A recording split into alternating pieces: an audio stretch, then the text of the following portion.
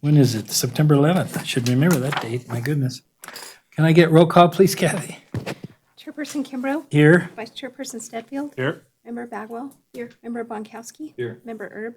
Here. Member Keller. Here. Member Macquarie. Here. Ex officio Member Rosenberg. A quorum is present. Thank you. Next on the agenda, is there anything that might be taken in different order tonight?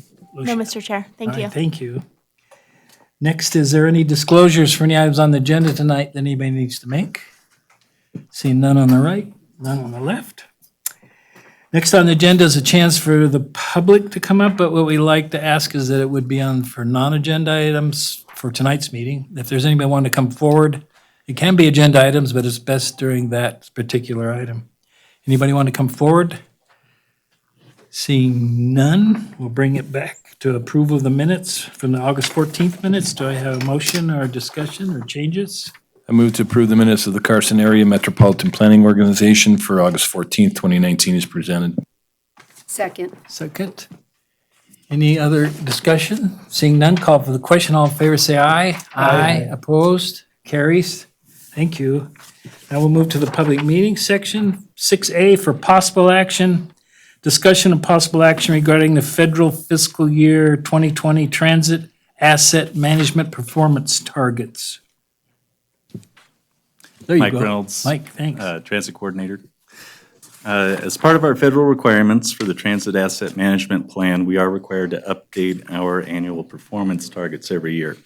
Last year, we set our targets to 20% of revenue vehicles to have exceeded their useful life benchmark, 100% for non-revenue vehicles, and 0% of our facilities, and we met that successfully.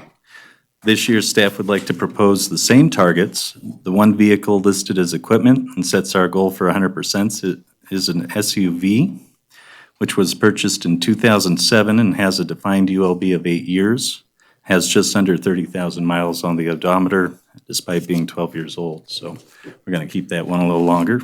2 buses, which create the 20% for the revenue vehicles, are slated for replacement this year in the Transit Asset Management Plan, but we wanted to allow leeway in our goal in the event that we have to keep them in revenue service through the end of the goal period. I would like to note that there is no fiscal impact that would result from action on this item. CAMPO is only required to set these targets for measuring performance statistics and not necessarily required to meet them. With that, I'll be happy to answer any questions. Any questions? That was pretty easy. Anybody from the public like to make comment to that?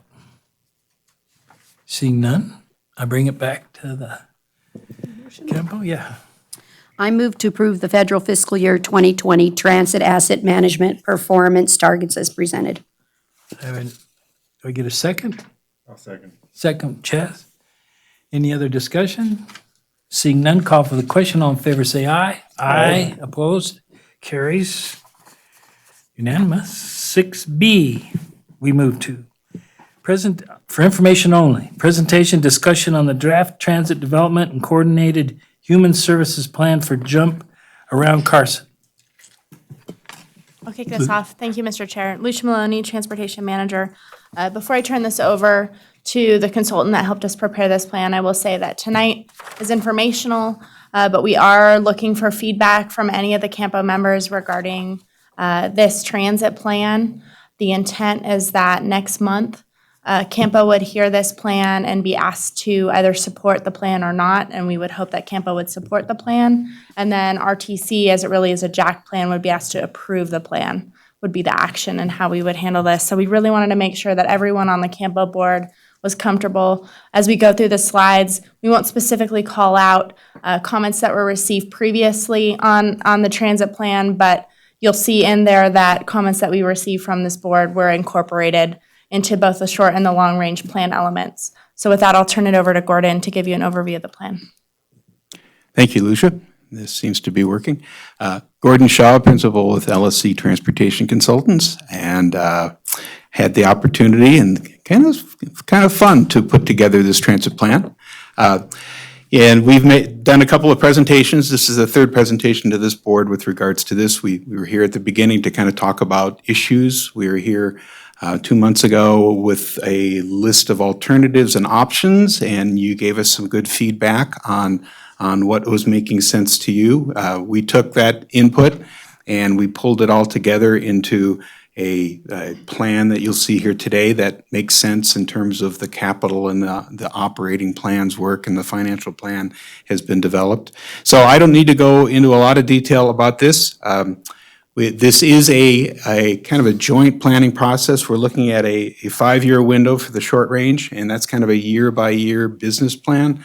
We're looking out 20 years with regards to long range and thinking kind of bigger thoughts about how big the system may be over 20 years, which is useful when it comes to doing things like looking at facilities. And then this is also a human services transportation plan that looks at the different human services around the community and around the region. It's a CAMPO plan, so it includes the parts of Douglas and Lyon County that are in CAMPO. But it looks at their needs to get people to programs, to get to medical facilities and so on, and thinks kind of the bigger picture about all that. So we're pulling all that together into one document and making things efficient. We did do kind of a standard process of looking at a lot of data, and there's lots of review in our 186 pages or so report on the existing services and demographics and programs and so on. We did passenger surveys, we did stakeholder meetings and online surveys and workshops. And then there's your input. I'll also mention that we met a couple of weeks ago with the commissioners out in Yerington for Lyon County and talked a little bit about the potential service that could go out their way. You'll see that here in a moment. So to start with the nuts and bolts of the service plan, one of the things that we proposed to do and that your staff liked to hear and we worked on was to look at a financially constrained list of improvements that here's a reasonable amount of money that we think will be available in the next 5 years. What could we do with that? And then there's also a list of things of, well, if there's more money, if there's a grant program that comes alive or something, there's funds from different services, what would we use it for? What would make sense if we had the money? And that's our financially unconstrained list. So this is a lot of words here on one screen, but to kind of get into this financially constrained service plan, the first and kind of probably the biggest single element of this plan. Right now, the Jack fixed route system runs 4 buses and covers a lot of ground with 4 buses once an hour around the whole community, or a lot of the community. But there are pieces that we're missing and neighborhoods that are not being served. And so we carefully looked at that and identified 2 in particular that we can serve with 1 more bus.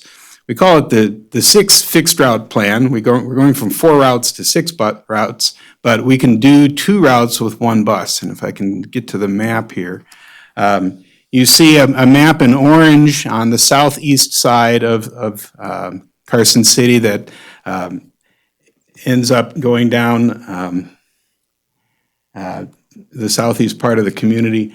And then there's also a route in there. There's kind of an area, and I do have so here is the southeast route.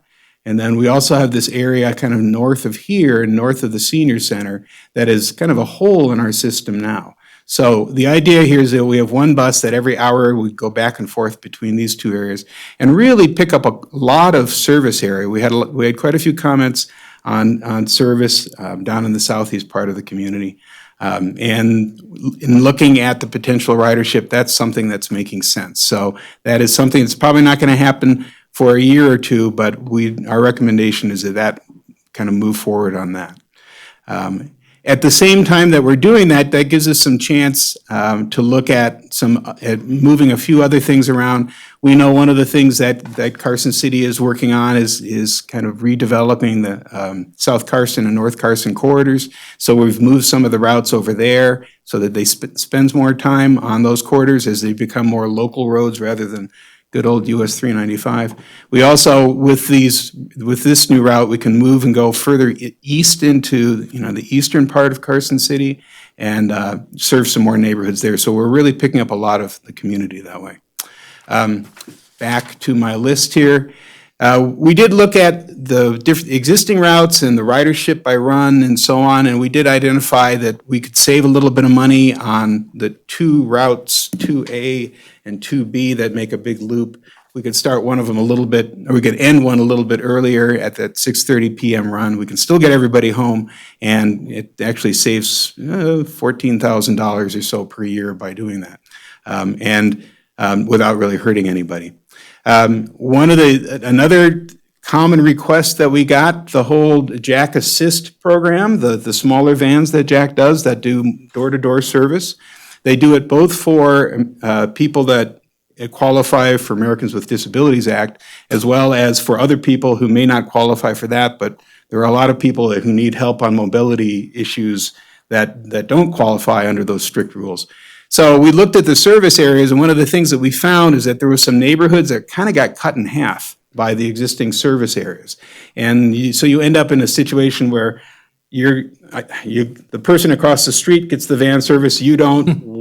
This doesn't seem fair. I mean, it's one thing if they're a mile away across some sagebrush, but it's another if they're across the street.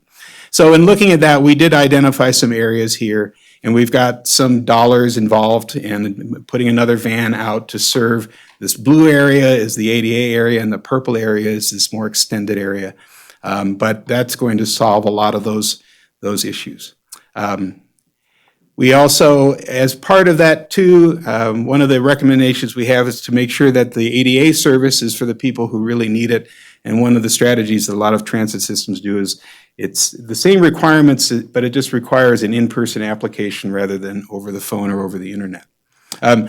We have some ideas then on the financially unconstrained services. One of the things that we heard a lot about is a special event shuttle that could morph into a downtown shuttle, kind of up and down Curry Street and Carson Street, probably one smaller vehicle. Maybe it's only special events to start with, and then it's during the legislative session when things are particularly busy. So that's something that makes sense if we have more money. We could expand and add a few more hours of service on Saturday. Right now, it's 8:30 to 4:30, so it's kind of hard to use Jack to get to work and home again. But if we could add an hour or two there, that would make sense, and we know that there's good ridership potential there. We had quite a lot of comments about Airhead Drive on the northeast side of town. Their Health and Human Services is out there, and there's quite a lot of jobs. Doesn't quite make it now as important as this first one, but again, it could make it in the longer term. And then the final one that's on our unconstrained list here, because it would take money from other sources, is the idea of what we call a lifeline service that would go to the Mound House and Dayton area, as well as it could go up to Virginia City, and that's this map here. And this could start off as something as simple as one day a week, get up in the morning and do a route out here. This would be a reservation process, so we would be going maybe to a couple of like senior centers or a fire station or a coffee shop. We could go to people's homes, but basically a loop in the morning, get people in for services, shopping. Don't tell Lyon County that maybe a few people would like to shop here rather than that. But on the other hand, it helps people to stay in their homes longer as they age because they can still get to services. A run in the middle of the day, so you can do a half-day trip. One of the issues with the current service that Lyon County provides is you've got to be gone from 8 in the morning till 4:30 in the afternoon. That's a long day for a lot of people who have challenges anyway. So there's dollars in here which are kind of surprisingly low because we kept it starting off with like a one-day-a-week service, morning, midday, and evening.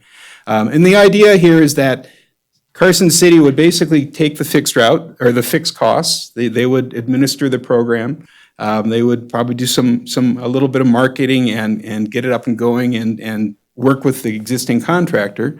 The contractor provides a bill, and that includes a lot of the marginal costs, the additional costs of running the service. And those additional costs would be funded through either state and federal grants or from the other communities. So we have 16,000 people. That was an amazing number to me that live in this, just in the Lyon County area, and a few thousand more who live up in Story County. And they really don't have very good mobility services if you don't have a car. And a surprising number of people who don't have a car.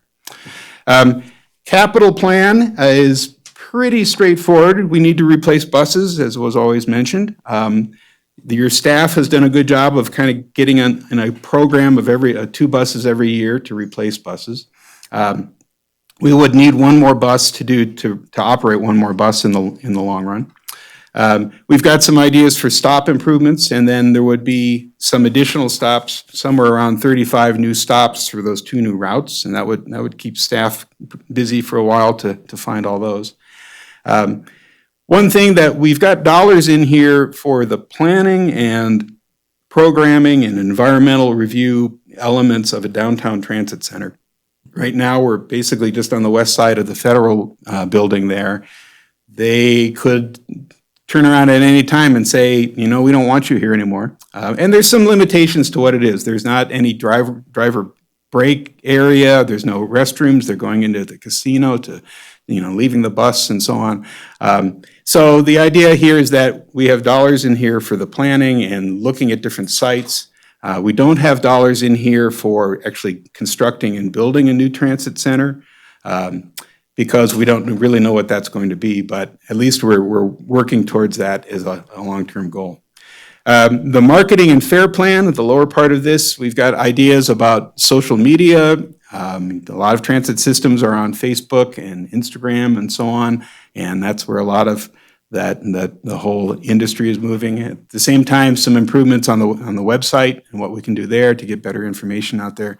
Ideas about community engagement, working particularly with groups to expand the understanding of the JAX system.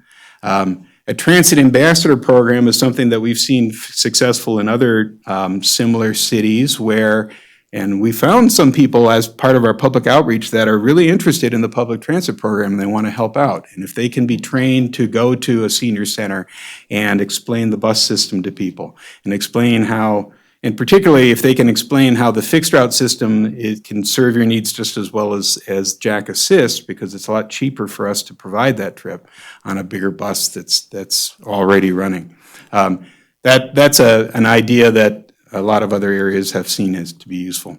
One of the limitations on Jack right now is it's kind of tough to get a hold of a monthly pass or a 20-ride pass. It requires going to the office and do that, and there's ways both using individual retail stores or online to expand the availability of passes. And then in the long run, something else that the transit world is going to, and particularly if you go to the big cities, is basically tapping your smartphone as you get on the bus and having an account. And if you basically do that every time, and it'll take the fare off your running total. And then you can use that to track not the individual people, but tracking the use of that service, and provide discounts for the smartphone-based payment system. And a lot of systems have seen a bump up in ridership because of the convenience of that. So you are probably wondering how to pay for all this wonderful stuff. And we do have this table here, goes through the ridership increases that we expect to see based upon how similar systems have reacted to these kind of improvements. And you can see there, this starts to give you an idea about when, particularly year 2022, is when the fifth bus would kick in. It takes a while for us to identify those new bus stops and buy the bus and so on and get that going. But by the time we get through this 5-year period, it's about a 25% increase in overall transit ridership. Our operating costs here, going through all the math on that, and including the new contract rates, it's about a 17% increase in the operating costs. One thing that I always want to see is that the ridership is going up faster than the costs, so we're becoming more cost efficient as we're getting bigger rather than going the other way. We've got ideas about the passengers are going to be paying more, but welcome to public transit. They're not paying the whole increase of the cost. That unfortunately is not the way the math works. We have federal and state funds that we can access. It does require an increase in city general fund to make all the math work, and then we've got some other funding sources. We've got capital costs down here, and that includes the planning for the transit center and so on. And then a lot of this, and you can see it bump up and down as we buy bigger buses some years and smaller buses on others. And you see our bottom line here is from about $600,000 a year of total city funds this year. We go up to $740,000 by year 5. So yes, it's more money. Are we breaking the bank? Hopefully not. It seems like it is a good investment in improving the transit system. A quick slide here about the longer-term transit strategy. We looked at a lot of different factors. We had a fun time looking at the aging of the population, growth of the population, technology improvements, and so on. You can see a list there of things that in the long term, 20 years out, that we would be interested in doing. Expanding evening service and downtown shuttles, expanding the days of this inter-county lifeline service, getting to more service on Arrowhead Drive, and so on. Maybe at some point with growth, half-hourly service, that's kind of a big step, but we can see where in 20 years that might be worthwhile. It's kind of a key thing is how many buses this takes us to, including both Jack and Jack Assist, so it takes us from 8 to 18. So it's a little bit more than doubling, but it kind of gives us an idea of where that system is going to be.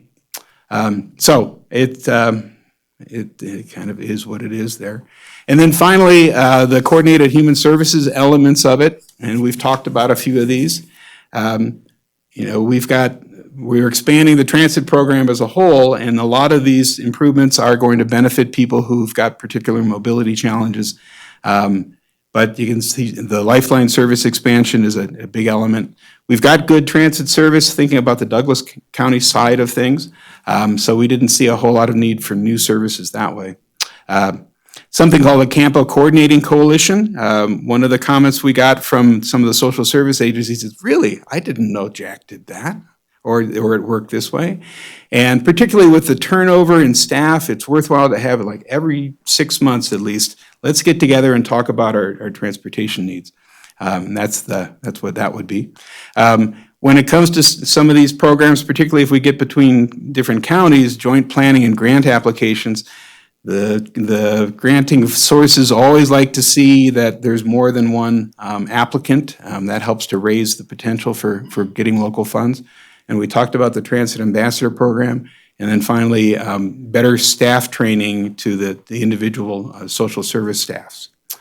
So with that, that's our overview of where we would recommend the transit system to go. Be happy to take any questions.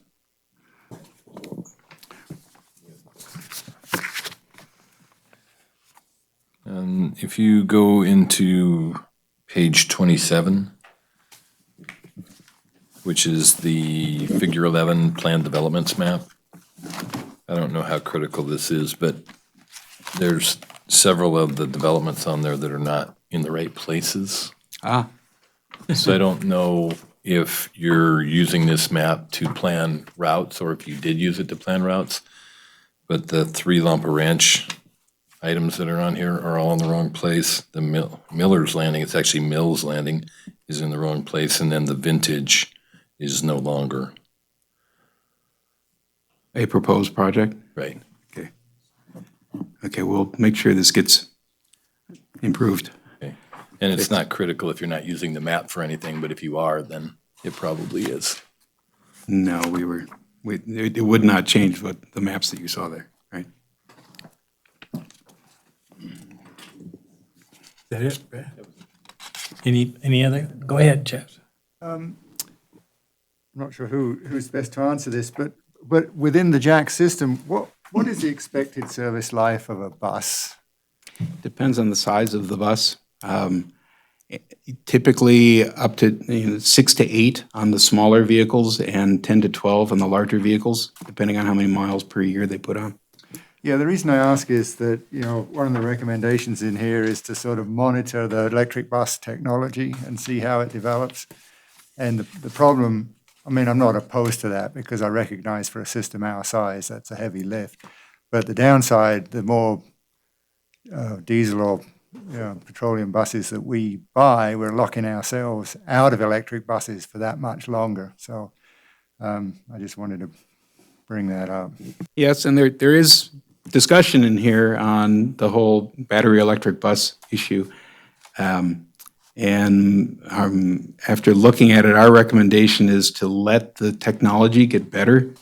Right now, it's about $300,000 more for a vehicle to buy battery bus rather than a diesel or gasoline, and that's a sobering number.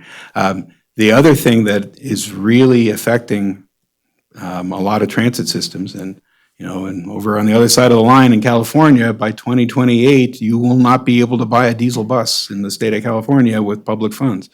But the transit systems are realizing that the electrical grid is not sufficient to charge the buses. And they're looking at millions of dollars in places like Yuba City just to be able to improve the substation to feed into the transit system. So it's something that hopefully, it's, as you look at the improvements of technology with a new technology like this, things will get less expensive over time as they make, you kind of get mass production up and going. And then it's more of a potential, but it is certainly something to monitor. It's just not there yet. Any other questions? Just a couple for me. The transit center, all the buses have to come back to that, so it's probably a pretty small circle where you could ever put a transit center unless you realign the whole bus system. Is that? So Yeah, it must be it a pretty tight really, circle. it really is crucial that it stay somewhere downtown. And we actually looked at, well, should we have like a sub-transit center down, Seligman and Clearview or someplace like that? And it doesn't make sense. Carson City has got a good, strong downtown, and the downtown is kind of in the middle of the area. But that said, it's probably, 6 by 8 block area that we could look in. There are different kind of configurations of transit centers too, some of which are, just along a street or two, as we are now, but maybe with some more improvements to it, versus let's buy like a quarter of a block somewhere and have all the buses come in and turn around. That takes a lot of space. But I think the short line of it is, we've talked a little bit, and there was, probably came up with 5 or 6 different options pretty quickly. Oh, you already have? Oh, that's, Well, yeah, just you put in, thought into it, yeah. in kind of like Google Earthing and seeing what might be What vacant available. land settings there? Yeah. Yeah, it seems like that might become important as we move this along. So that study, I guess, would help figure out the dollars, because it's all down to the dollars all the time. And then, this is a question that's more out of curiosity. With Trick outside of Reno and Sparks, RTC has a van service set up.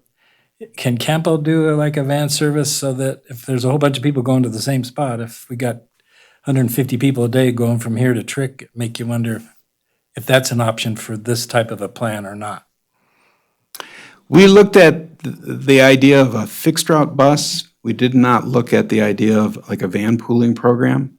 I think one of our conclusions, looking at the demand on the fixed route side of things, is that Carson City is still a long commute from Trick, and there's a lot of potential for development, actually in Dayton and so on. That's a lot closer, as well as Sparks. So whether that it's not going to be as big an effect, I think, as some people have thought when it first started to show up. The other thing I'll say is that with those kind of employment centers, you've got shifts that are changing all the time.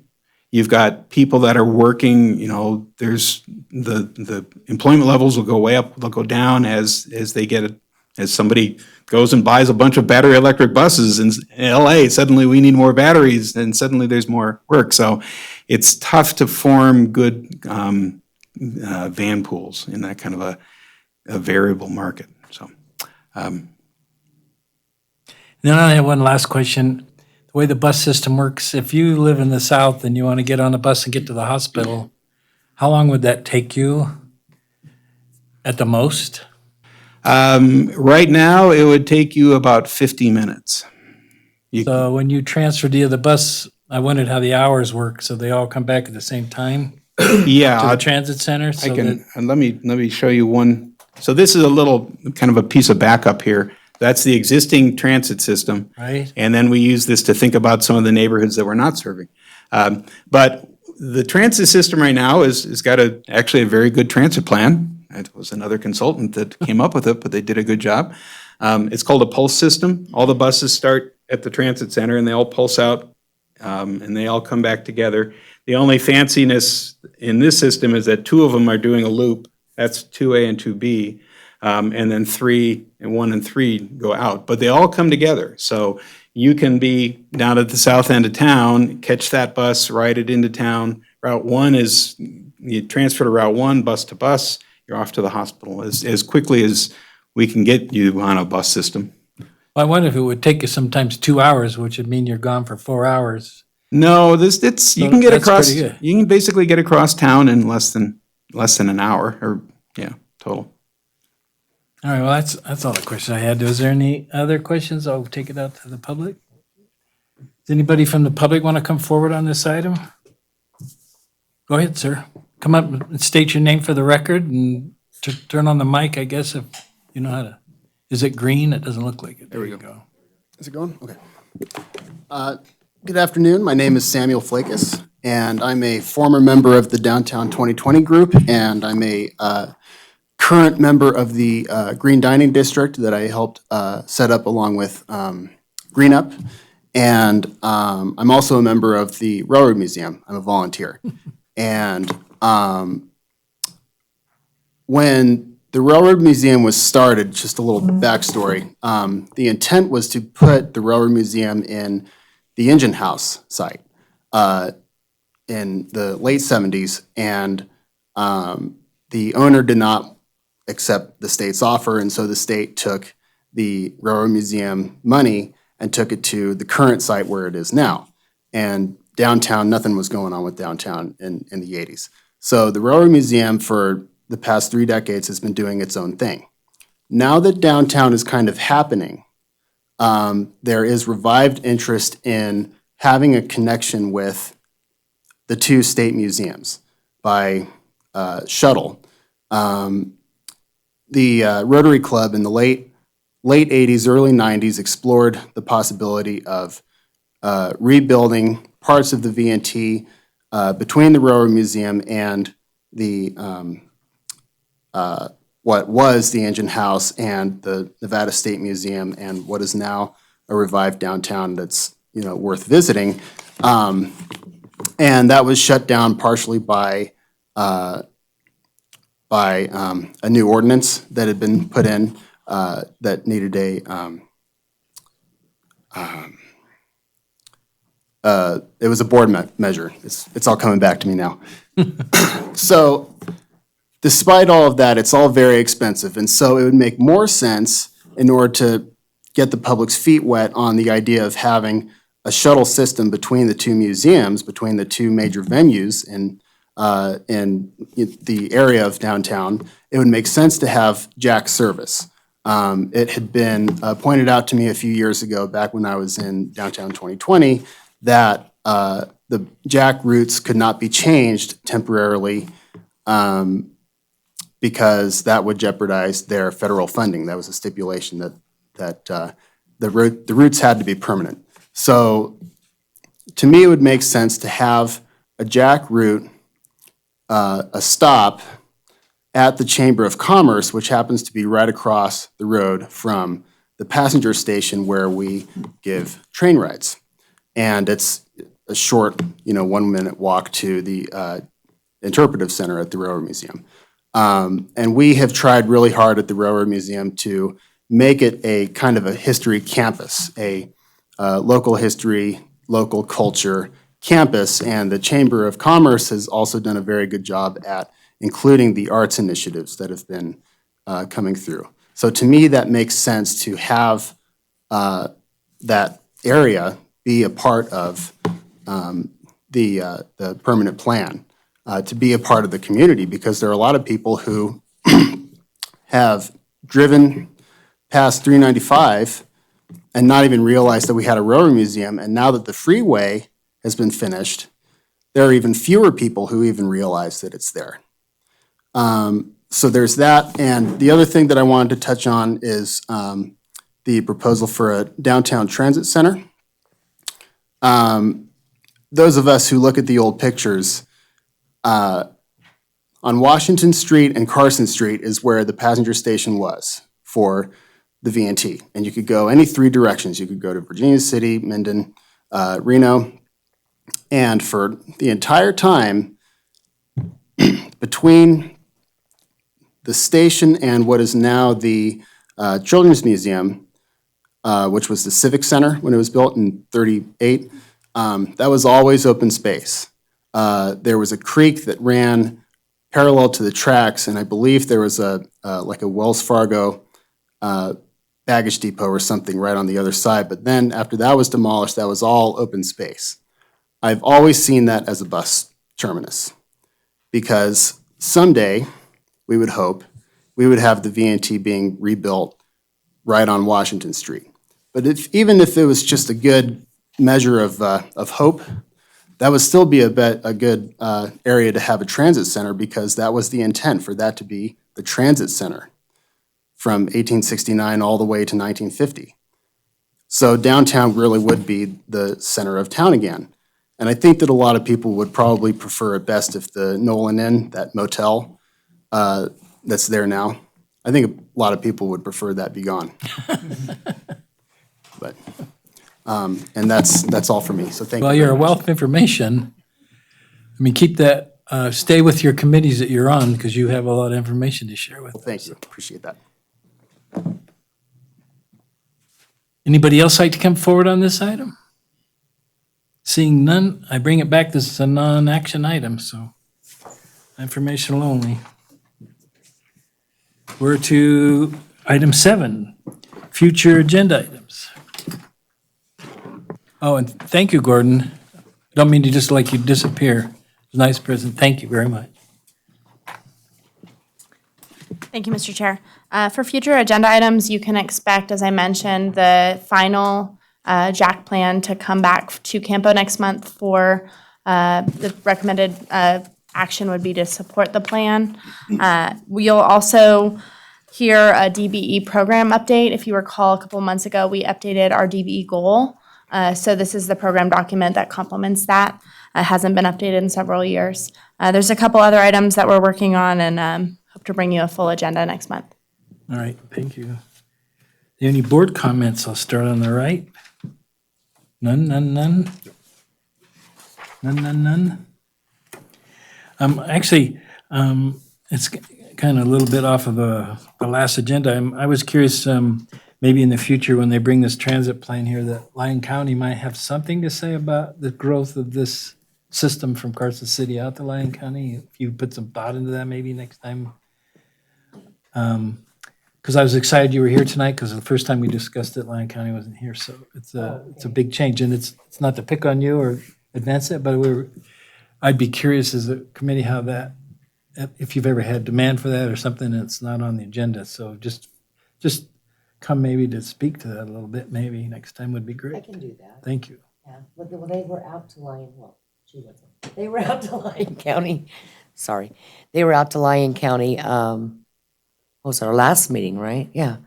So, we kind of gave them some input in what we were thinking at that time. So we're kind of excited of the possibilities of, especially into the Dayton area, but we actually kind of went beyond that, was asking questions of, future of, maybe, even though it's not in the Campo area, but maybe focus on the Highway 50 corridor. Because, like people were saying earlier about people getting from Carson to Trigg, there's a lot of people out there that come this way. Yeah, So a lot of people. anyways, so there's a lot of comments at the Lyon County Commission meeting. I just, I apologize. I should Don't have brought apologize. those It's comments absolutely no guilt. to the meeting. It's just nice to share that with the group to see the excitement of that opportunity maybe in the future so Yeah. that we can look for opportunities for funding. Exactly. Yeah, great, thank you. Yeah, I didn't mean to put you on the spot. So the next meeting is tentatively scheduled at 4:30, October 9th here. And this is the last chance. Anybody here from the public that has anything they'd like to say to CAMPO, can come forward now. Any last minute thoughts? None? We'll bring it back here for a call for adjournment, please. So moved. When RTC will meet at 1:15. Thank you.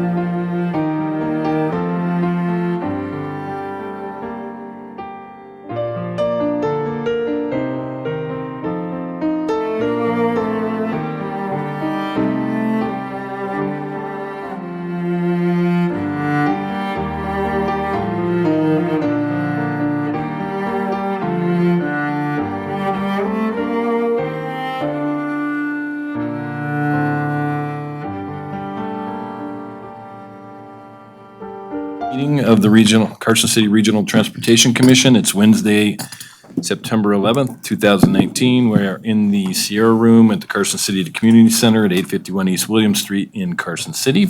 Kathy, can we have a roll call, please? Chairperson Bonkowski. Vice Chairperson Kimbrough. Commissioner Bagwell. Commissioner McQuarrie. Commissioner Stedfield. Quorum is present. Thank you. Any changes to the agenda tonight? No, Mr. Chair. Thank you. Any requested changes by any of the commissioners?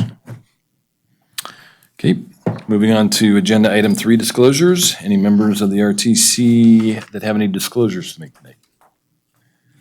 Seeing none, we will move on to item 4 on the agenda, public comment. This is initial public comment. Is there any member of the public that would like to come up and provide comment on any item for the RTC?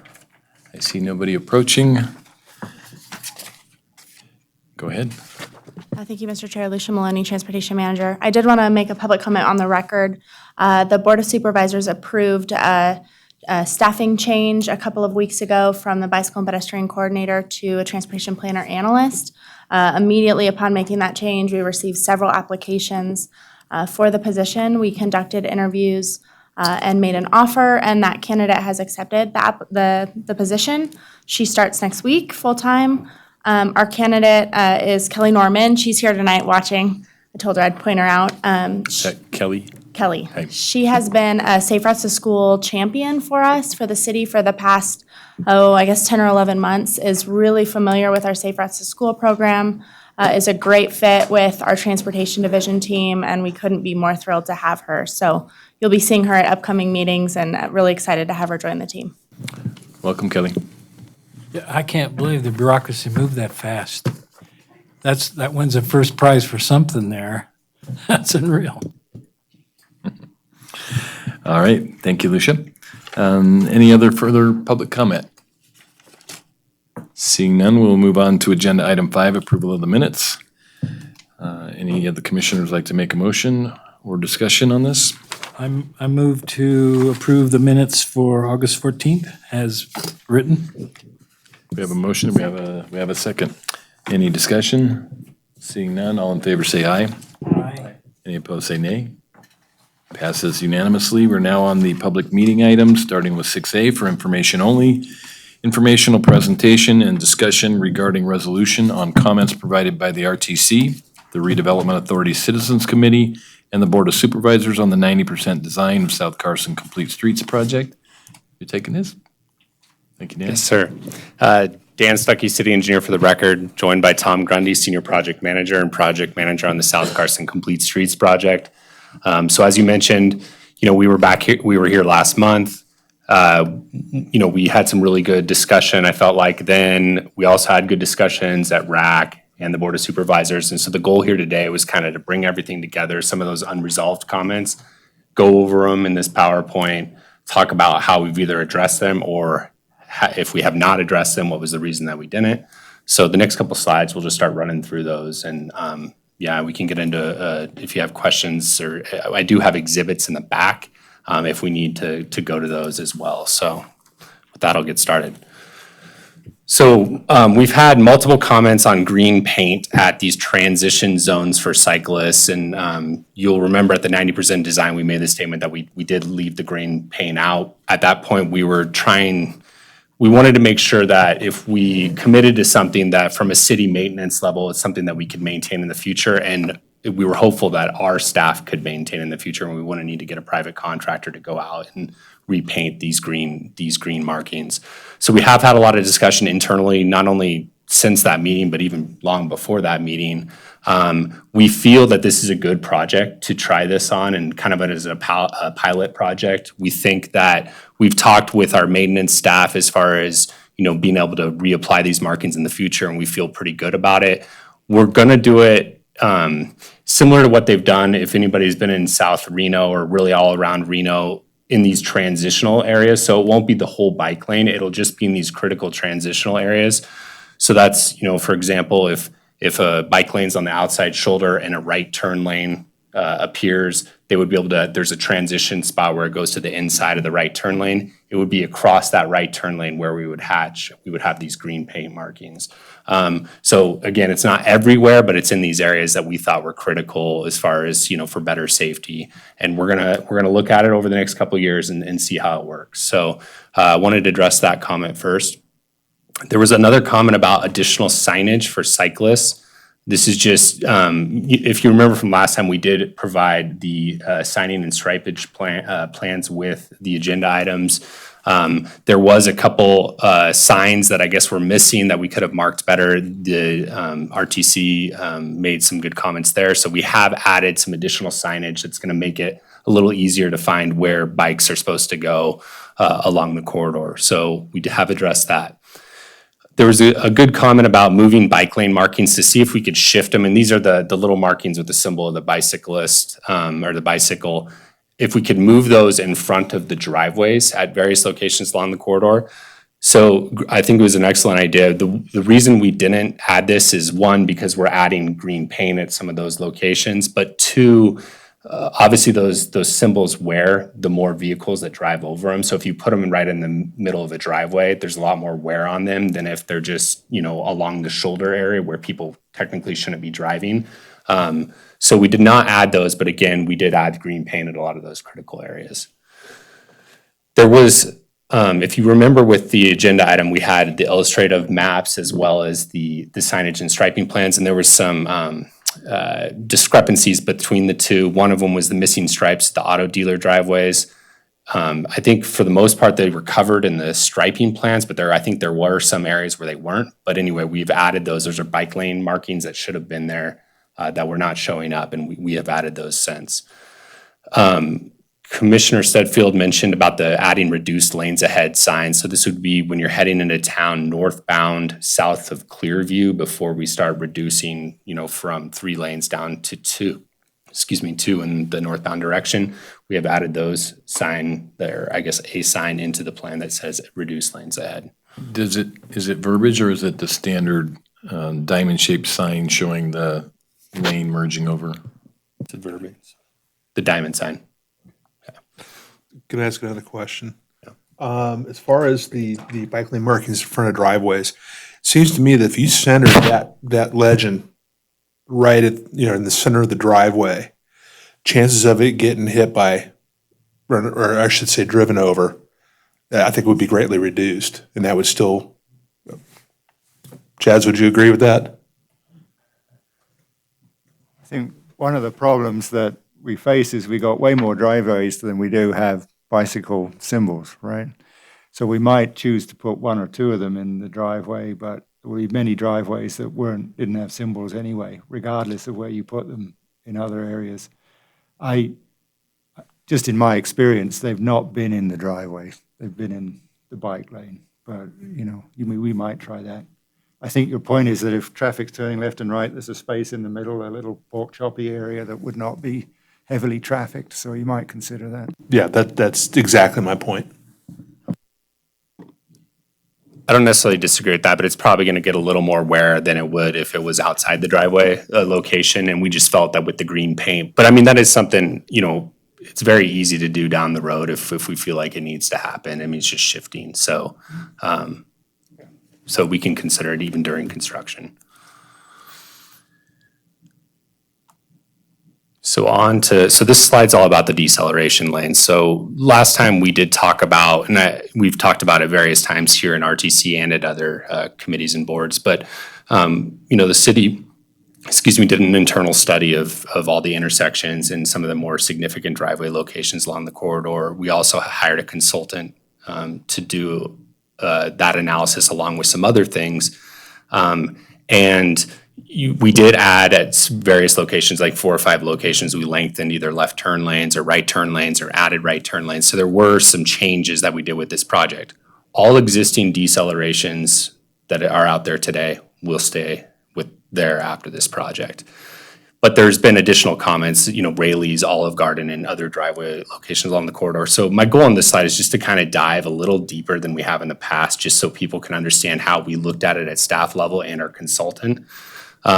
So there's some access management standards industry design standards that you're looking at, where you should have decel lanes on certain corridors, as well as, on minor driveways or minor streets where you should allow left turns out and where you should limit them.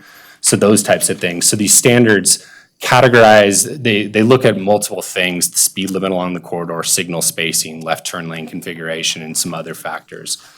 This corridor, there's basically 4 different categories. After this project, this is considered a low access control corridor. And with those type of corridors, there's actually no right deceleration lanes that are required at driveway locations. Now, I'm not talking about intersections, I'm talking about driveway locations.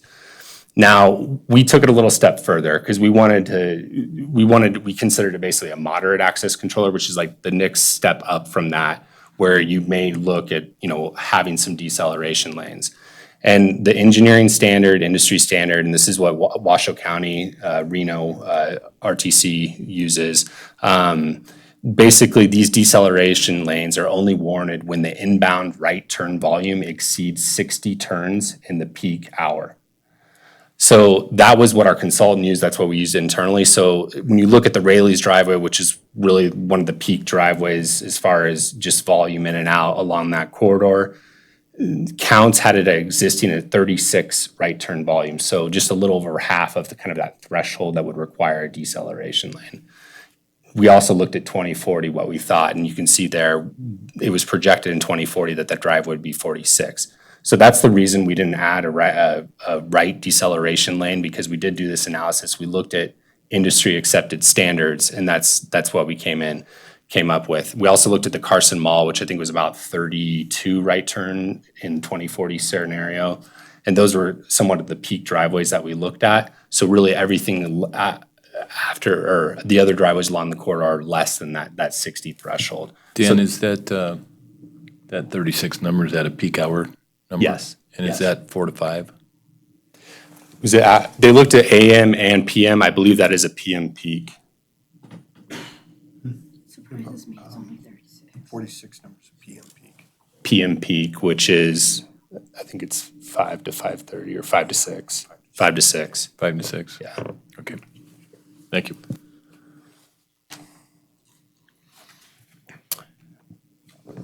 So roundabout northbound transition. So this is the northbound as you're approaching the roundabout.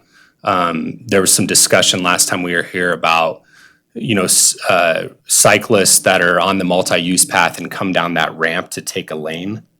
And Sorry, can we just go back one slide so I can understand something on the Yeah. peak? absolutely. So let me understand, they're making a right-hand turn that's existing, you say at peak, which was 5 to 6 PM, 36 vehicles could make the turn 36 in the hour. during the hour, 36 made the vehicles made turn. that turn. So that's more than one every 2 minutes. My question is, is it though because there was so much traffic, that's as many as could get past that? Am I making myself, does that make sense what I'm saying? There's so much traffic, they're only gonna get one car through every 2 minutes Oh, to make like the the right traffic turn. was backing up? That, yes. I don't- Unfettered? I don't think Is that right that- coming, which direction? Southbound to north. South to north? Is that what that is? Yeah.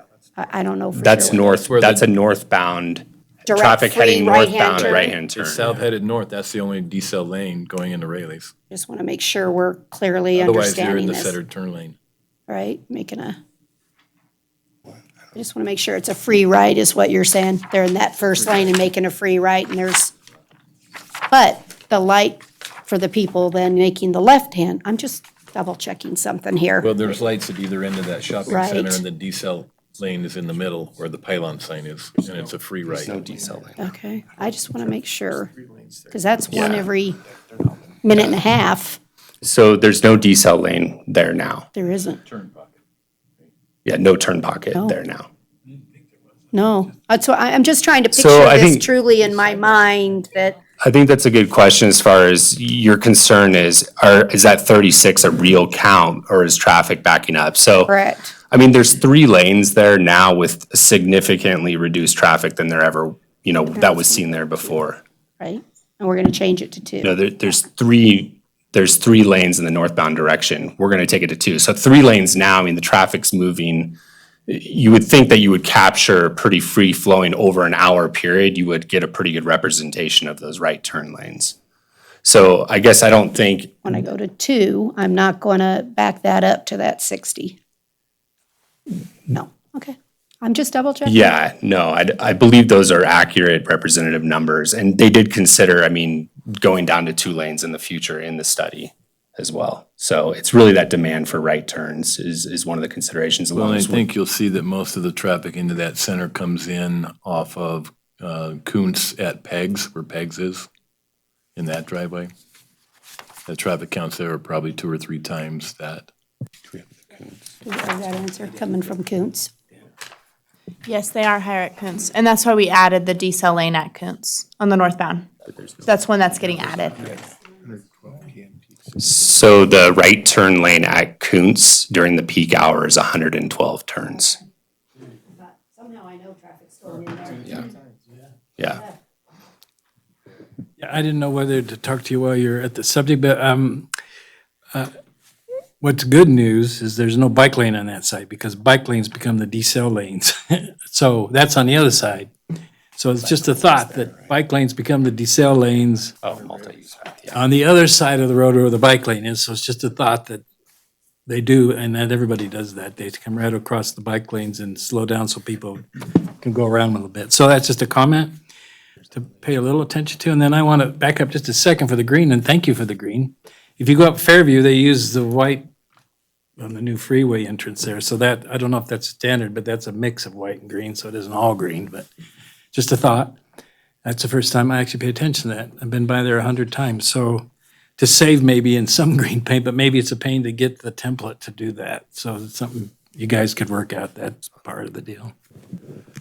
Tom Grundy with Public Works, and that same basic idea that they're using at Fairview is what we're planning to use here, except instead of the white paint going right up next to the green paint, there'll be a little gap in there, and that gives room for the stencils.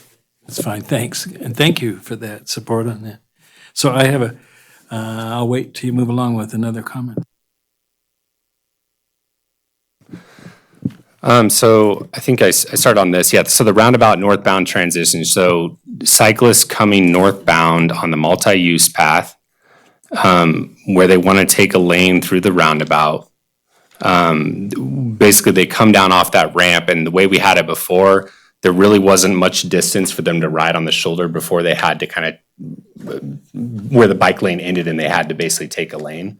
So based off the discussion that we had here last time, we've extended that bike lane to go further to the north. And so the transition is a little bit, we use the word steeper, but it basically just allowing more time for that cyclist. Now, they can go over at any time they want. It's just where they actually come across that bypass lane. And then that bypass lane will have the green paint on that as well. So just wanted to clarify that. We've had discussions, and Commissioner Bonkowski, I think, brought up some really good points about ways that we can sustain that white paint in the parking stalls, the parking pocket areas, and some, I think, creative ideas as far as, broken glass pieces in the concrete. We did talk with our maintenance staff, again, additionally, after our discussion last time. We're concerned about the glass in the concrete as far as in our climate, how well that's going to maintain over the years. However, so I think, and we also need, per MUTCD and per our code that references MUTCD, parking striping has to be white, so we'd have to paint it regardless. One thing, though, that we're looking at, we're talking with our expert concrete guy at the city, is looking at grinding out, so those pull-out areas are in this concrete pull-out areas similar to what's downtown, is taking a grinder and grinding out where the striping would be to depress it a little bit and then paint over it. But because it's depressed, the surface area of the tires are not making as much contact with the paint. So we think we can get better wearing out of it into the future, if that makes sense. There is some concern about, anytime you depress concrete, you might have water settle, you might have some other issues there, but we're exploring, I want you to know we're exploring some different alternatives, and we did look into that. But we think right now, it's either just going to be the standard white paint or some sort of, grinding out that concrete and depressing it a little bit. So wanted to follow up on that. There was a transition bike lane striping. If you remember, Fifth Street, we have a right turn pocket there, right turn lane to accommodate. I mean, well, it's there now, but we're basically perpetuating the future. And then there's the bike lane on the shoulder that is going to cross over to that inside lane. And if you remember the last plans that we showed, you missed that transitional striping there. We've added that in, and that'll be another green paint location there. So wanted to follow up on that. We talked about some of the, I guess, high level on the traffic control last time, and I think there were some really good comments here. I think Commissioner Bagwell brought up as far as, making sure that, we're communicating with the state offices there well before, that shutdown's going to happen, and making sure people, not only the state offices, but really along the corridor, making sure people are aware of these different detour options. So we do have a plan for that. We're looking at November, December timeframe to kind of go out to those state offices. And then as construction progresses, we're still going to have, a bunch of different tools to reach out to the different businesses along the corridor. We also talked about, if I think Roop Street and Curry would be the primary detours there, but we also talked about, showing a map that might show Solomon and some other locations to have a bunch of different kind of road networks to be able to people to be able to detour around. So providing that information. So we're planning on publishing a map to show those alternative detour routes. Crossings, the frontage roads. So this is where we had those flashing beacon crossings, making sure that those connect to the frontage road. We have added those in as well.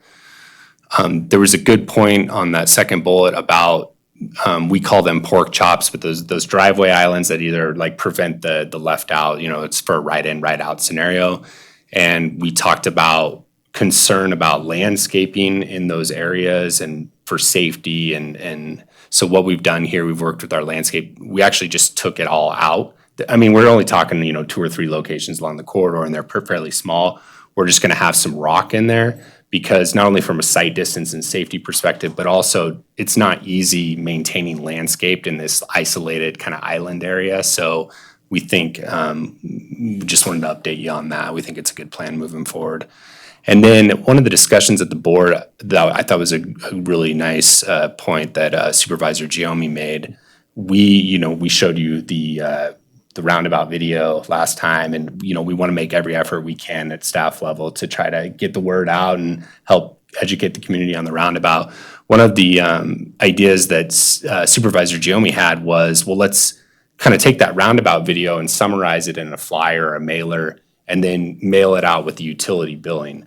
And so we actually, like later that week, our public kind of outreach person had drafted something up that looks really good. So we're finalizing that, and then we have a plan to send that out with one of the utility bills here over the next 6 months or so. Dan, so, you could include a link too to the actual video, right, on the city's website? Yeah, it's actually, the video is on, it's on Carson Proud, but I don't think it's on the actual Carson City website. But yeah, we could definitely. I think what put it in Chaz multiple is saying layers. is that the brochure that you're going to mail out, put the link to the video in the brochure. Great, I got you. Yes, great idea. We will do that. Another question about that. So I get my bill via email. I don't get a hard copy. So I don't necessarily need to be educated how to drive a roundabout, but I'm sure there's a lot of people that get their utility bill the same way. So just be cognizant of that. I don't know if you include a PDF with the bill, or I don't know. Yeah, we can. I'm not sure off the top of my head, but I'm sure there's some options that we can make that work. You can put a Appreciate it. link in the emails with the bills too, for the same thing. Take it to the video. Yeah. No, thank you. Those are great ideas. So yeah, we'll incorporate all that. And that's, hopefully that addressed most of the comments that we heard. Obviously RTC, I think we received the most comments from you, but we tried to throw some of the board and rack stuff in there as well. Questions? So can I start first as the federal grant partner? Have they actually approved our plan for our 7.6 million? I know back when we were going back and forth with them. So do we have an approved plan? Or do we have to take this plan to them and get it approved? So the way the FHWA, which is the review agency, has been reviewing our design plans throughout at 30, 60, 90, just like you have, and providing comments, and we've been meeting with them throughout. As far as a grant agreement with them, we're working on that. It's in Washington DC right now, getting finalized, and that's really the allocation, the official allocations of the funds to Carson City.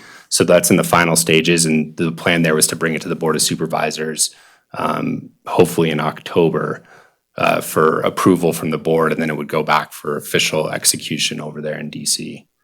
So if I may, I've been getting a lot of public pushback about the roundabout at Stewart Street, and that is it really warranted and is it really needed? And I remember that week, well, and even in your staff write-up here, originally the plan was to put it at Sonoma, and then we went and got some traffic studies done and determined that that was not an appropriate placement for the roundabout.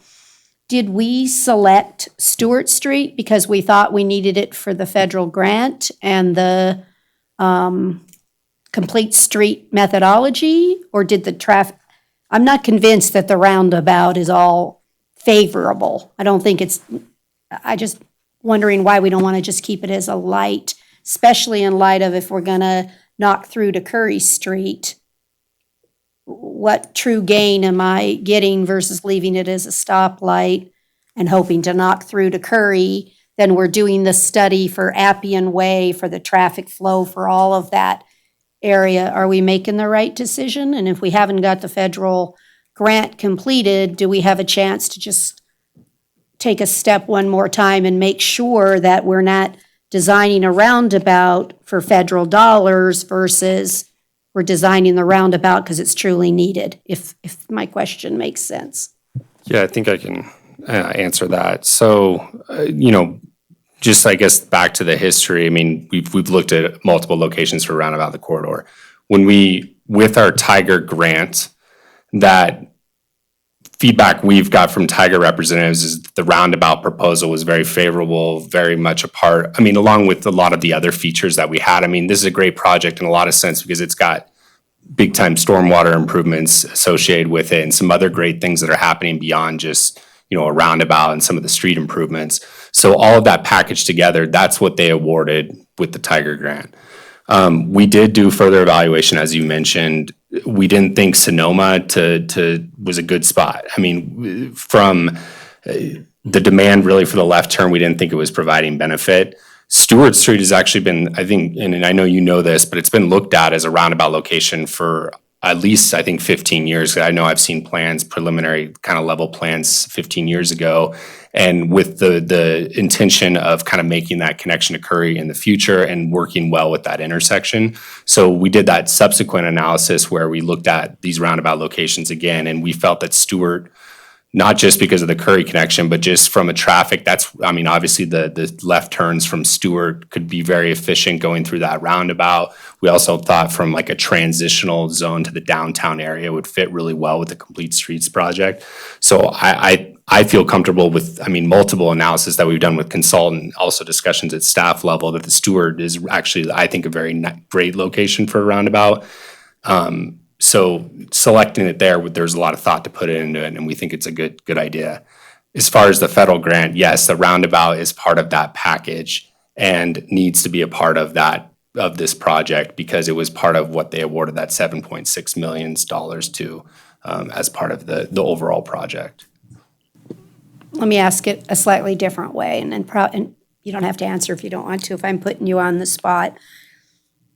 I want to make sure if I were the traffic planners in Carson City and it had nothing to do with the Tiger grant, nothing to do with it, but I was using my RTC dollars, would I be proposing a roundabout and buying a roundabout there? Is that what we would have done? Or would we have left the intersection as a signaled intersection? I think a roundabout is a good, again, I think it's an ideal location at that area. I think right now is a three-legged intersection. It works really well. I think if that fourth leg were ever to go, I think it'll function really well with, Curry being another major north-south and being able to have that crossover and how all that's going to interact. I think that Stewart is a good location for a roundabout. Darren? Yeah, Put him on the spot. Sorry about that. that's all right. So Darren Schultz, Public Works Director. So as Dan said, this is something that's been looked at for, as far as I know, at least 15 years as a location for a roundabout. And it's been on our action plan that's eventually, we need a roundabout there. It didn't work out back then because we were struggling with the Forest Service and we really wanted that fourth leg. So it's been on hold. But the need for a roundabout, it's been there. It did not come up as part of this project that would be the location. When the Sonoma part fell off, that wasn't a good place for the roundabout, then, as Dan said, we started looking at the different options, and this really is the best bang for our buck and for our money, even if it's only 3-leg. Now, if it's 4-leg, it really meets a big need for that area as a location for a roundabout. And do we know if we're going to be able to put a fourth? I'm just telling you that's where I'm getting all the, and it's the only pushback really that I'm getting in the community. And so I want to disclose and Mark over there tells me it's not a good example, but I went to Kings Beach to a friend's house for a barbecue 2 weeks ago. And they have a double roundabout, one after the other. And it is pedestrian, bike, heavy. And I got to tell you, it's driver beware and backed up for miles. We sat in the roundabout unable to move for like 8 minutes just because of the pedestrians so do we see this roundabout becoming a pedestrian and bicycle hub and forcing people to that intersection to use it for that? Because then I'm not so sure we're getting the most safe methodology.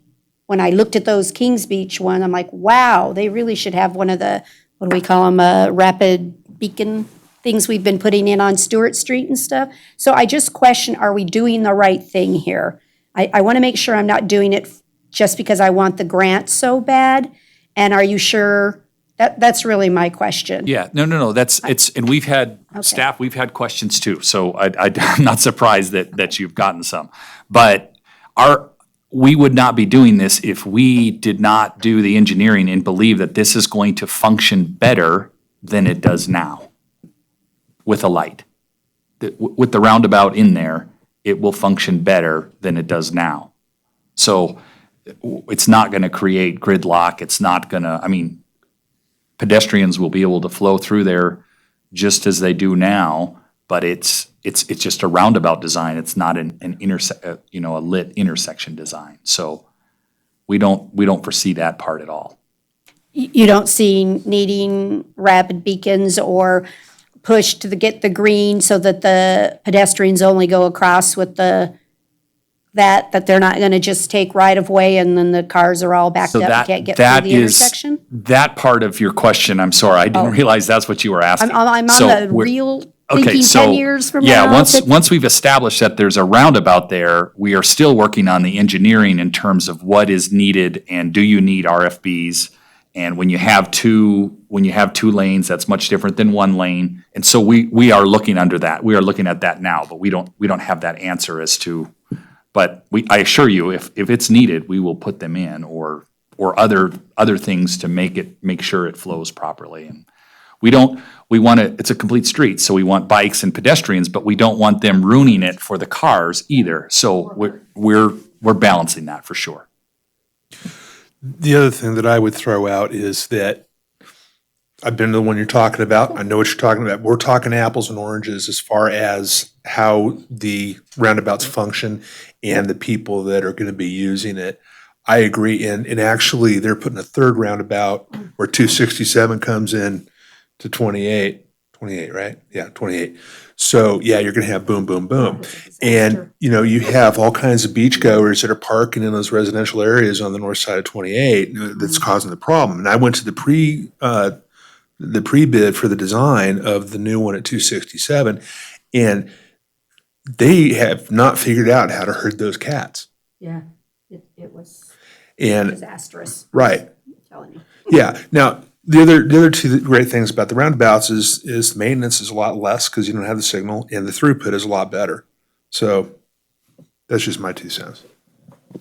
You mean, so let me just ask it. The throughput is probably great for 20 hours a day, but just not your 2 peak times, right? Your 7 o'clock, 7:30 in the morning, and your 5 o'clock, which is your current high peak, and it'll stay your high peak. Yeah, you go through the one over on Fifth Street, I know, multiple times a day. Yeah, and so.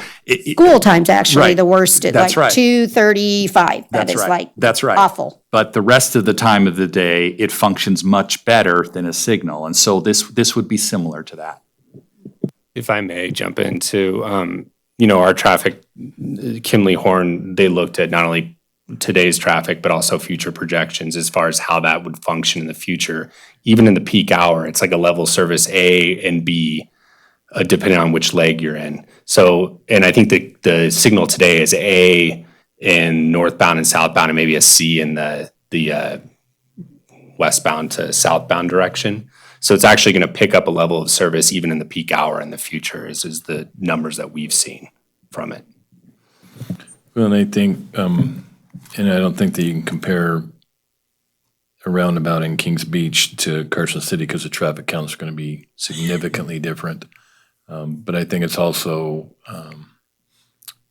it's been proven that traffic accidents will be reduced with roundabouts versus lights, and the accidents that do occur are less severe. And it provides the gateway opportunity to the downtown, which is one of the things we're looking for. So it creates a more of a sectioned off downtown area with gateways. So, and frankly, I think a lot of the pushback, because I've received a lot of it too, is fear. And people will drive through the roundabout, and by the second or third time they go through it, they'll learn how to drive through it and it'll be fine. So I don't think that we change a decision or not make a decision based on something that's temporary that will correct itself over time either. So just my 2 cents worth. Well, I will say that I go through the roundabout on Fifth Street all the time, and while you think that people will get it, they don't. They literally still stop like it's a stop sign. So some of us that probably drive a lot, maybe that's accurate, but I'm here to tell you, I go through that roundabout 4 and 5 times a day, and people still don't know how to drive it. So I'm not going to go with people just get smart and learn how to drive it, because it's not true. They literally stop in the middle of the roundabout. They stop and wait for people. They don't drive it right. I do 100% agree that accidents within a roundabout are at more fender bender style. So I 100% agree with that. But I just think that people are not that savvy about roundabouts, and maybe it's because they're just not prolifer. We don't have a ton of them, so people don't have to learn how to use them so much. But Well, then we should build some more so they can practice. there you go. We'll build some practice. Have Practice makes additional perfect. comments, questions? Mark? Yeah, I got 3 cents. Go ahead. 3 cents, having been involved with transportation for a long time, I've been to conferences, and about every conference I'll have a session on roundabouts for the things that are positive. Okay. Bike and ped don't even happen. The stats have disappeared usually off of roundabouts for safety for them. And then the cars and the speed, and it slows them down, and there's all these factors that come into play for roundabouts that the transportation people for years, all the planners have been all over that, and they work very well in Europe. I was watching your last public meeting, and the guy came up from Sweden or someplace, said, what's all the hubbub about roundabouts? I mean, every street's a roundabout. So it's a matter of education. I lived on Fifth Street, and you talk about kickback. When they're first going to put the roundabout, the public were sending letters into the editors by the hundreds, it seemed like, because they didn't want a roundabout, that they're confusing. But I lived out there for 22 years. And coming from the grade school, when they turned it on the roundabout, you hardly even waited before the line was back past the school, up Carson River Road, and people were stop and go. It was insane. Changed dramatically. And yeah, there are people who, they're too polite. They like to stop and signal you to go on. They're just too polite in Nevada. They don't want to see, they want to stand there right away. But they are way beyond, I think, on traditional intersections for safety of a lot of reasons. And so I'm all about roundabouts. And Kings Beach is a bad example, but Tahoe is the worst example because it's a parking lot on the weekends, and as soon as you leave Kings Beach, it takes you an hour to get to Tahoe City now, so it's like, that's a bad example. And it's something you brought up that made me think something here for a second. I've kind of been bike centric on the roundabout, and I should be thinking pedestrian just as much. And remember when I gave you the example how when I was with NDOT and those freeway interchanges, how we just stopped the bike lane to let people hopefully go over to the crosswalks. So to me, the flashing lights make a lot of sense maybe, and I know that this is 90%, that's the last thing you wanted to be thrown in the mix, but those types of lights really make people feel safer rather than, and let the bikes go through and learn and be educated about that process, but it's still scary. But if you put the flashing lights in there, then it gives those fakes, especially the straight run onto Stewart there, a chance for the driver and the public both feel safer, I think, in there. So if there's any chance, maybe in the future, or some funding opportunity to look at those flashing lights and that, and part of the education, and I know you don't want to hear it at 90%. No, I mean- So it's just a thought that she brought up, plus just one more reason. Like I said, I rode in San Francisco, you have a 3-inch rule there instead of a 3-foot rule. You get used to riding in traffic and people around here aren't. So it just one more opportunity in an educational way to let people transition into this whole idea of roundabouts. And that's my 3 cents. And thank you for bringing up roundabouts, because it's pretty common to get pushback on them because they're new and there are too many polite people that want to screw up the process. No, I don't have 4 cents, but I have 2 cents. One thing you didn't mention, Dan, was, and I'm pretty sure you fixed this, was that one of the crosswalk legs at the roundabout, I think on the south side, had the jog going the wrong way for the pedestrians to look at ongoing traffic. Tom Grundy with Public Works. And yeah, you're right, it was the south leg of the roundabout in that reverse Danish offset. And the reason Kimley Horn did that was you need at least a car length of distance between the sidewalk and the circle of the roundabout as you approach the roundabout. And then you want to separate the crosswalk farther back on the other side from the approaching traffic so people with limited vision can discern the difference between the cars in the roundabout and the cars coming out of the roundabout. So that's why they pushed that crosswalk back. But they have since moved the crosswalk across the northbound lane back and eliminated that Danish offset. So it's just So it's just across. straight rather than a Danish at all. Okay. Yes. My second question was, we just found out in Campo that the plan is to reroute buses down South Carson Street. I'm wondering if we should have some provision for bus turnouts, but potential bus stops. Or at least look at that.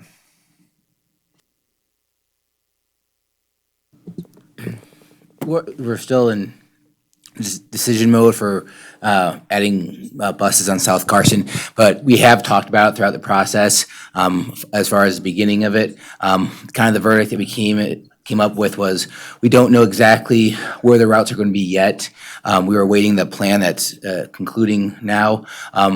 But the way we decided is that we can address those pullouts in the future if needed on an as-need basis. And so that's kind of why we haven't addressed some of those bus pullouts in South Carson Street. I didn't get the impression the plan was going to change unless we provide additional comments, right? The plan does not set out exactly what we're going to do. We still have to go out to public notice. We still have to follow some FTA rules on getting public comment and it's kind of fine-tuning some of the routes. And so there could be some tweaks from the plan, but generally speaking, that's the conceptual thought is to pull the buses onto South Carson Street. So that's something that we'll be looking at, but we don't know exactly where the stop might be, where are we going to go on Curry for a little bit and then turn on to South Carson Street? And as we kind of get into the finer details of figuring out the routes, running the routes, figuring out how much time we have, making sure that we meet those hour headways, that's when we'll start getting into the details of exactly where those bus spots are going to be. And then we can move forward with trying to find out if we want to put in a bus pull out. Yeah, I appreciate that, and I realize the timing's not good for the project, but it's a heck of a lot easier to do them in the project than it is to do them afterwards. I just point that out, and cheaper too. So Dirk, are you suggesting that if you did them in the future, that you would pull out part of the landscaping to put in the bus pullout, and then you'd have to reroute the multi-use path around it? I'm trying to visualize how we're gonna do that. Well, there's a lot of locations on the west side that we're not touching yet, right? We're trying not to touch the landscaping on the east side, so that's, if we did add one, it wouldn't be a difference between adding it now or later. The bus pullout with the multi-use path is just definitely an obstacle that we have to figure out. I think there are some landscaping areas that are wider than 10 feet, I believe, and so there might be some areas, and that will also help kind of dictate, all right, where do we want to put a bus stop? Do we have enough landscaping to create a pullout versus no?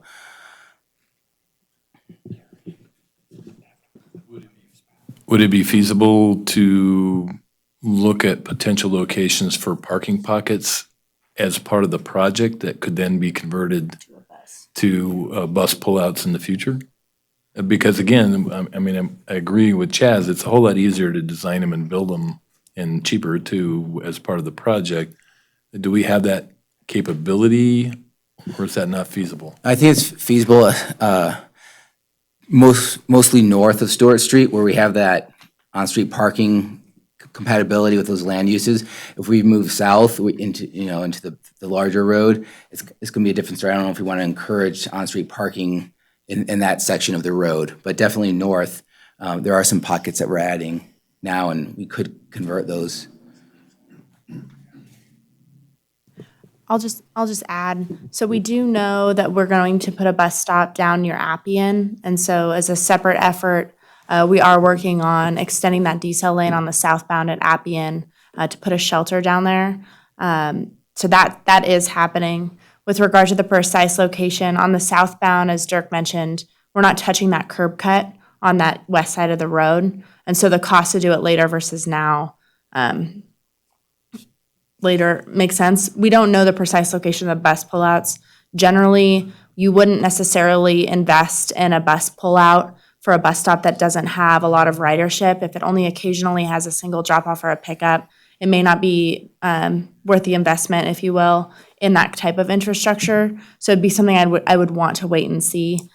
We did look at locations on the southbound, and at this time, we weren't ready to make that decision, though I hear your comment, and we discussed some of those same things ourselves. And in terms of the northbound, there are, we've seen where there's a multi-use path and a landscaping buffer. There's ways you can do it where you cut into the landscaping buffer and create a landing pad for the ramp for the bus, and you sign it and you paint it appropriately to make it kind of a shared space for bus and the multi-use path users. And so that's something we'd have to look at later. But again, before we talk about cutting into curbs or creating pullouts, we'd really want to be really careful about those bus stop locations and make sure that it's actually warranted. I would hate to build infrastructure, and then you saw in the transit plan that rerouting may not happen for another few years, if at all. And so I would hate to invest in infrastructure now and have it not come to fruition or have us change our mind depending on circumstances when that happens. Did you have additional comments, Mike? I saw you move to the front of the room.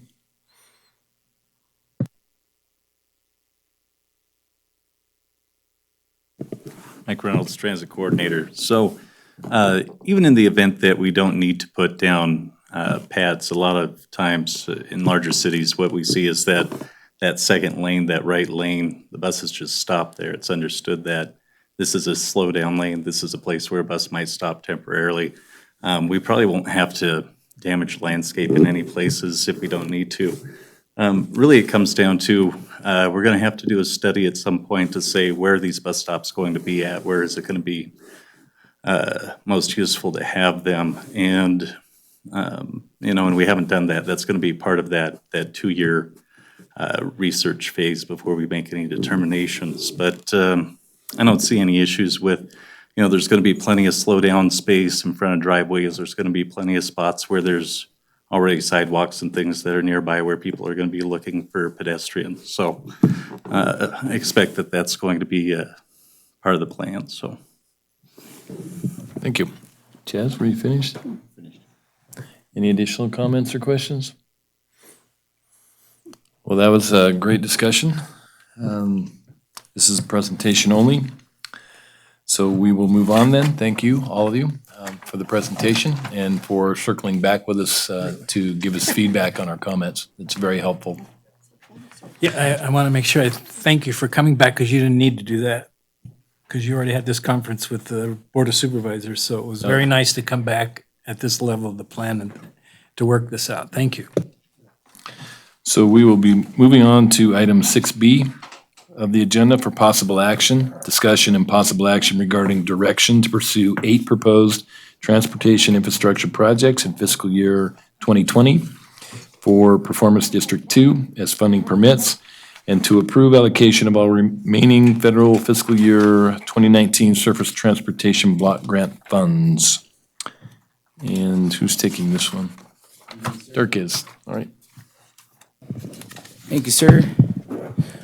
So I want to start off by first letting you know that this is a slightly different PowerPoint than that's in your packet. The PowerPoint that was in your packet is a presentation that we shared with traffic, who I like to add that as we shared them, shared with them the presentation, they were supportive of the direction that we were going and how we prioritized and what projects we prioritized. We got copies as late material. Yes, you did. Thank you. There is late material provided to the board, as well as the public, and we posted online as required. But that's the version of the PowerPoint that I'm going to run through right now. So I want to start with a little bit of history. This is just about really history of the pavement management plan. Back in April of 2018, we established the plan was approved by the RTC. It established strategies to maintain the city's roadways. It established 5 performance districts, and it established a 5-year rotating schedule in which each district would be looked at annually. The plan also outlined objectives. So we wanted to provide predictable use of roadway funding. We wanted to improve transparency. We wanted to maintain flexibility. We wanted to target cost-saving strategies. We wanted to track pavement condition, and we also wanted to start looking at targets and seeing how far we were meeting them. So this is a map of the 5 performance districts. So right now we're in 2020, which is District 2, which you can see in purple, which is the central Carson City area. So the pavement management plan also outlined a schedule. So right now we are in the project selection and public posting area, so September and October. We've gone through our evaluation, which we are sharing with you today, and now we're presenting the projects. If approved, we'll move forward with design and so on.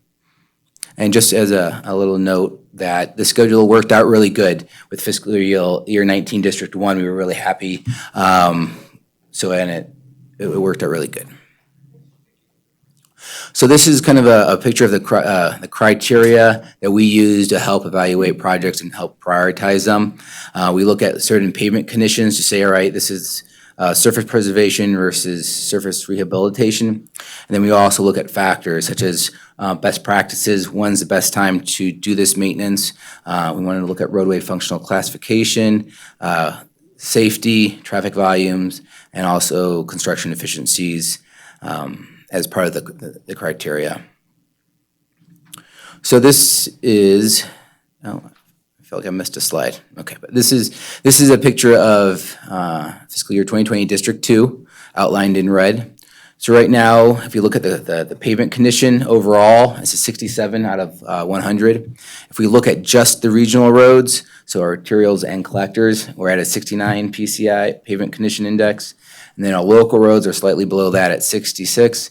On the right is our target that we're trying to achieve.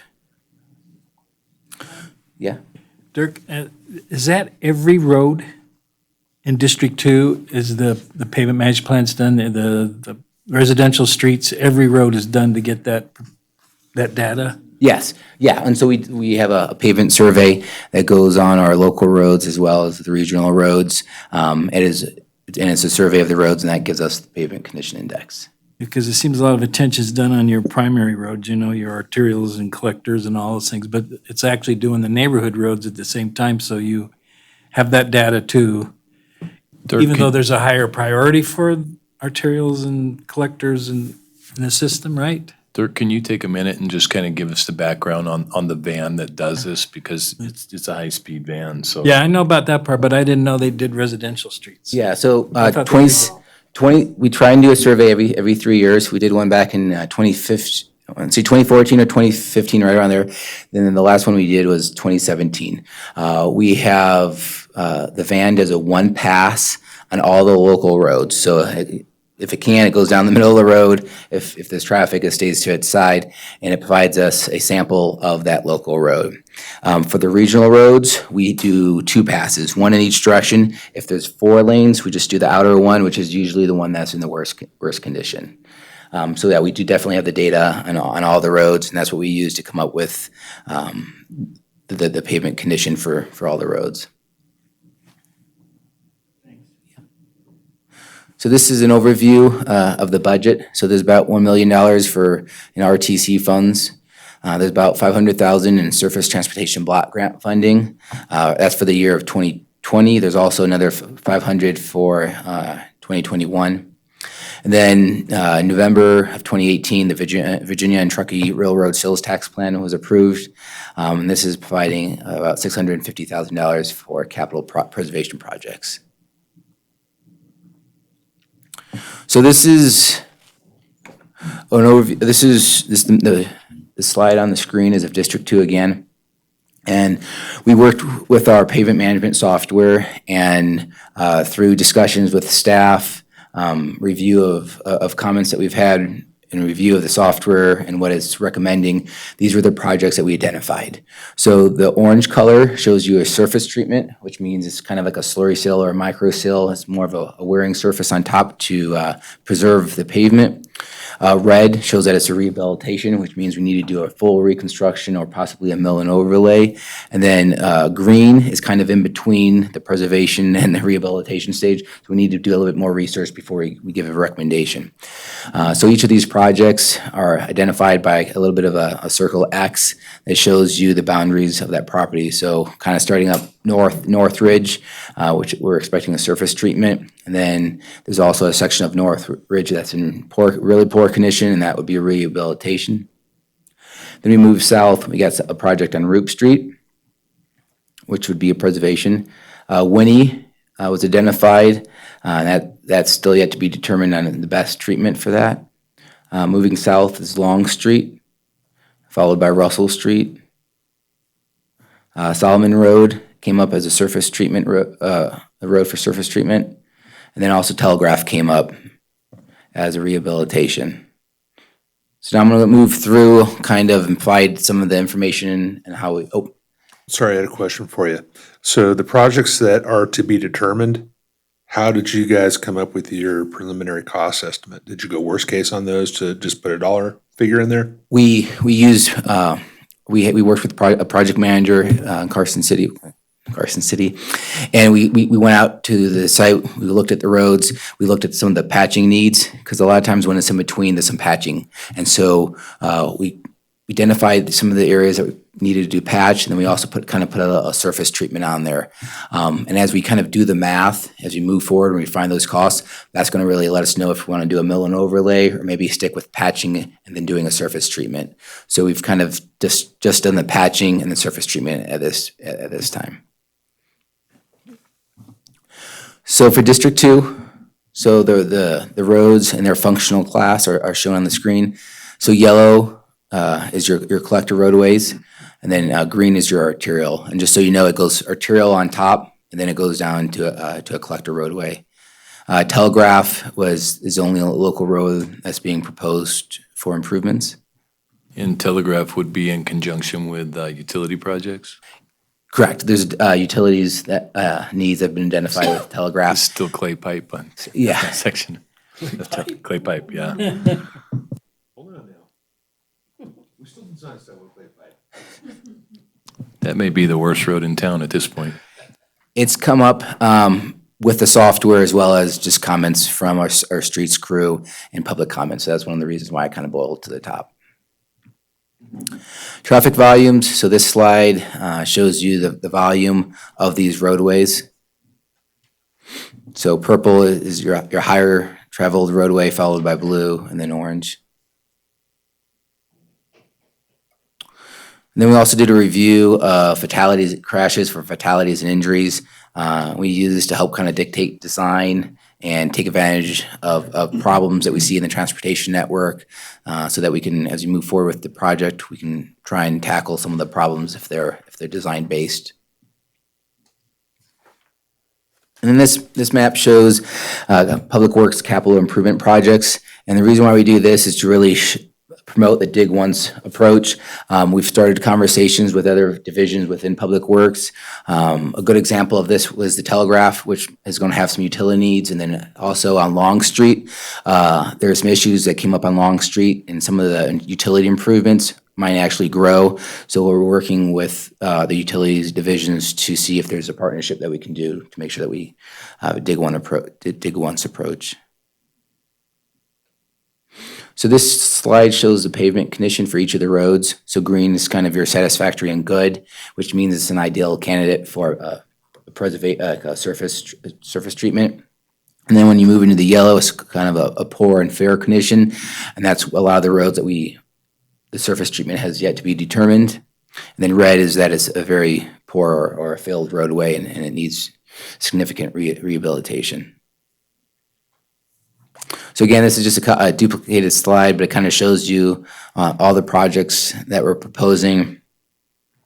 And then lastly, this is a summary of all the data that we did. All the projects are identified, and they're ranked starting from left, traveling to right. So the bottom row shows its ranking among all the projects.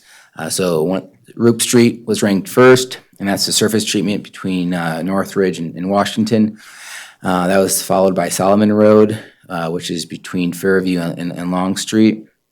Winnie Lane was also tied for second, and that's between Carson and Roop Street. And then Long Street followed in third place between Roop and Russell. Russell Way, which is between Northridge and William, also came in at third, followed by the reconstruction efforts proposed on Northridge Drive between Jawbridge and Roop Street. Oh, I'm sorry, this is the surface treatment one. And then fifth is your Northridge Drive rehabilitation project between Jawbridge and South Crest Road. And then lastly is Telegraph between Carson Street and Plaza. Can I ask a question? So going back to the slide of payment condition, where we have a lot that seem to be satisfactory to good, and the PCI index of satisfactory to good is, north of 70. So where did those actually wind up as far as the PCI? Because it just seems to me that if they're green, where are we messing with them? So on this slide, this is an overview that first row pavement condition shows you the overall condition for that section of roadway. And some of those roadways are made up of multiple sections, and so we took a weighted average and came up with one pavement condition for the whole road. But one thing to note with pavement preservation is that when a road is between 70 and 90, that's the best time to put one of those surface treatments on. It's the best bang for the buck. It's going to last longer. If that road's already failing, precipitation is going to get in there, and it's going to continue to degrade even with the surface treatment on there. So kind of, you want to make sure that you keep your good roads in good condition as long as you can.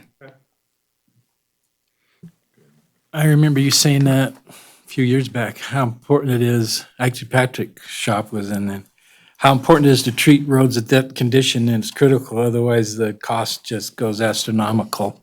If you don't, that's what NDOT's doing right now, they're fixing the road before it gets, while they can, and it's in good shape. So that's a point that wasn't in here that was well taken by Greg, that they need to understand that even though it's above that 70, now's the time to get it or we're gonna lose it. So thank you for that. And Well, in keeping with that then, because it surprised me that the Northridge and Telegraph were in fifth place ties, but they actually show failed roads. So I'm trying, yeah, it's a Yeah. good question though, but how come failed isn't first? We got to get those from failed status unless we're willing to let them turn to gravel, which I don't think we're going to do on Telegraph and Northridge, but So part of the criteria in blue, which is, I know, hard to see, but we assign points to different criteria factors. Pavement condition was one of them, but we gave projects more points if you were within that window of pavement preservation, because it's a better value. We also looked at volume. And so on those roads actually were lower in the volume range versus Solomon or Rook Street. That just sees a lot of traffic. And so those are the two ones that really weighted the prioritization process the most. okay. So I'm like, wow, failed roads. Is that the end of your presentation? Yeah, I'm sorry. One thing I wanted to add was that included in this motion is a request to use the Surface Transportation Block Grant. So we'll be using this as a time to allocate that funding, and then we will use that funding along with the VNT and the RTC funds, and to figure out what projects the best to use the federal STBG funds on. Any additional questions or comments? Mark? I got just a comment. That's part of the package that you didn't say much, but you guys took this to traffic, is that if I'm saying it right? Now, you need to be applauded for all the effort put into that. I know that takes a lot of time to put that together to present, and then that the fact that the public's had a chance before we meet and have nobody in the audience, that there's a key group of individuals in this community that have been involved with this process. And the whole idea of understanding we're going district by district by district is really critical, I think, that we explain to people how the funding's working, what little we do have. And I think that meeting went really well because of the fact you guys took so much time to explain this process to the public who don't necessarily have to understand all of the details of this. So you need to be given credit for all that and the support that has come from that. And it's just a thank you. Thank you. I appreciate that. And two additional comments for the record before we go too far down. I will say that we did have the traffic meeting on August 26th. It was really well attended. I think it was the most attended one we've had in a few years. We had a lot of representation.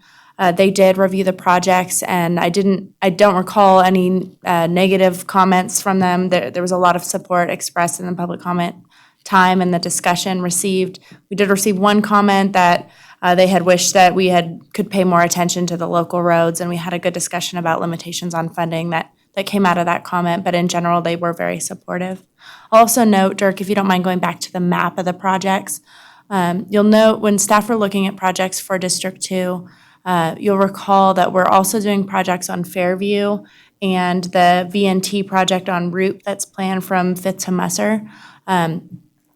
In light of the upcoming South Carson project and those other two projects, it was important that the District 2 projects are a way that we have areas for detours during the other projects. And so that was something that we did consider heavily in the selection of these projects. And so you'll see that. You can see it visually on the map. So I just wanted to highlight that as well. Additional questions or comments? Lori? Just a question in light of what we were talking about on the South Carson project. If we needed to do flashing lights in the roundabout, would that have to come out of RTC money? Because we don't have any other funding source. And so my question really is, I don't know whether it's going to warrant it or not, but should we consider that? Because that's in this district. Should we include that potentially in the motion if applicable type? Because I know that you work out all the money and try and get all this to work. Do we need to include if possible? We could do that if that was direction that the board wanted to provide. At this point, there's not a lot of information on what that would cost or what we would need to do, so staff could always bring that back as well. But if you felt comfortable giving direction to staff, particularly because the South Carson project probably won't come back to RTC, so it would be a kind of a separate thing. That's something that we could probably do. Okay, thank you. I just think we should put it in there if it's feasible. Any additional comments, questions? Yeah, 4 no's. All right. I'll ask for public comment, even though we have no public here. Yep, they're all gone. Okay, then I will bring this back to the commission and entertain a motion. Okay. I move to direct staff to pursue the District 2 projects and to allocate the remaining federal fiscal year 29 surface transportation block grant funds as presented, and to add potentially, if warranted, the rapid beacon lights at the roundabout that's being proposed at Stewart and Main Street. That's also in District. Is everybody clear on the motion? All right, we have a motion and a second. Is that a yes, Greg? Okay. All right, any further discussion? Seeing none, all in favor say aye. Aye. Any opposed say nay. Passes unanimously. We move on to item 6C on the agenda for possible action. Discussion and possible action regarding a community development block grant application by the Public Works Department for ADA improvements along Colorado Street between California Street and Salomon Road. And Dirk, this one's yours as well. Thank you, sir. So I want to start with a little bit of the background on the project. Sorry. Turning me away. So start with a little background. This is an application to pursue grant funds. This is for Community Development Block Grant Funds, also known as CDBG. The past applications that we have been successful in have included ADA improvements. I just want to kind of list two of them now. North Carson Street near the fish store, we received about $227,000 for sidewalk and ADA improvements with that project. The most recent one is College Parkway between Carson Street and Northgate, and we received about $268,000 for that project. The proposed grant application is very similar in nature. It is requesting about $270,000 in funding. The project is for Colorado Street corridor between California Street and Solomon Road.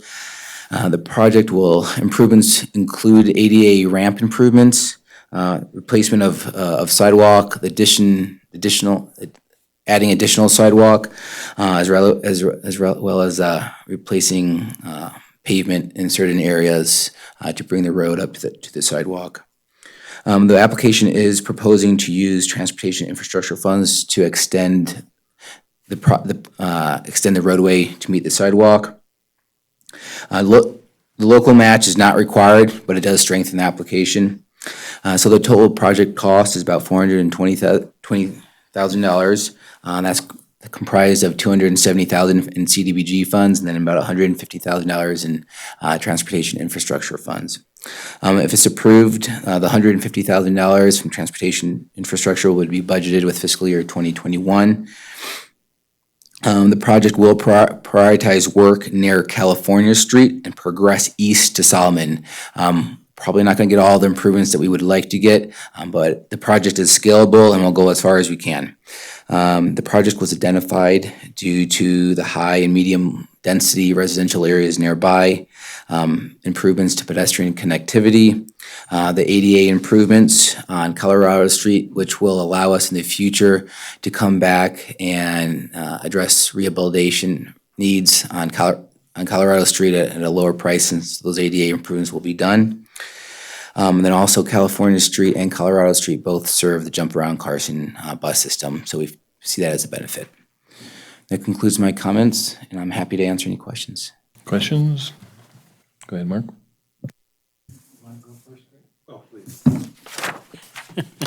Mark first, then Greg. Is Colorado Street the one that's big enough to land airplanes on? Is that the one that, so it's, that's just a weird street to me. So is there, I don't think there's bike lanes on there, is there? I want to start back up with a little bit of history. Colorado Street is a collector roadway. It is a very wide roadway. Before the highway, Colorado Street was a primary road, east-west road. It accessed Edmonds. With the extension of the freeway, it kind of changed, I think, a lot of the traffic that was on Colorado Street.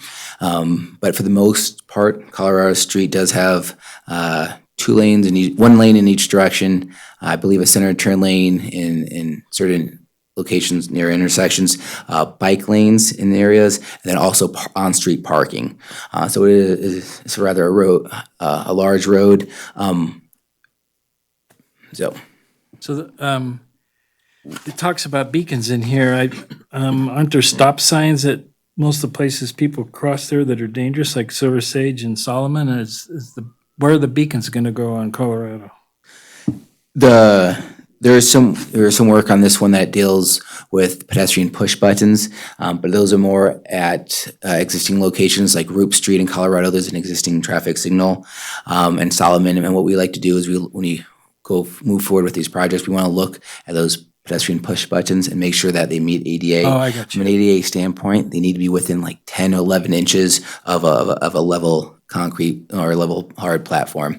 And so we look at that at the same time because it's a good chance for us to address those issues.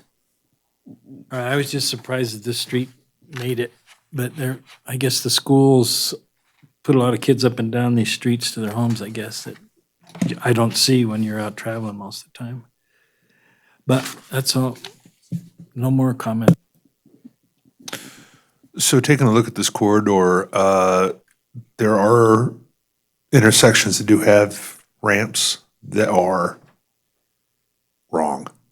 So does this go and rehabilitate those ramps to bring them up to code? It will. We went out there, we reviewed the corridor. It's going to be a judgment call. We're going to place as much as we can. There are some ramps that exist that are in decent condition, and then there are some ramps that don't exist, and there's also some ramps that exist that are in really poor condition. So as we progress, we're going to be addressing as much as we can. I don't think we'll be able to bring everything into compliance, but we're doing the best we can with the money that we get.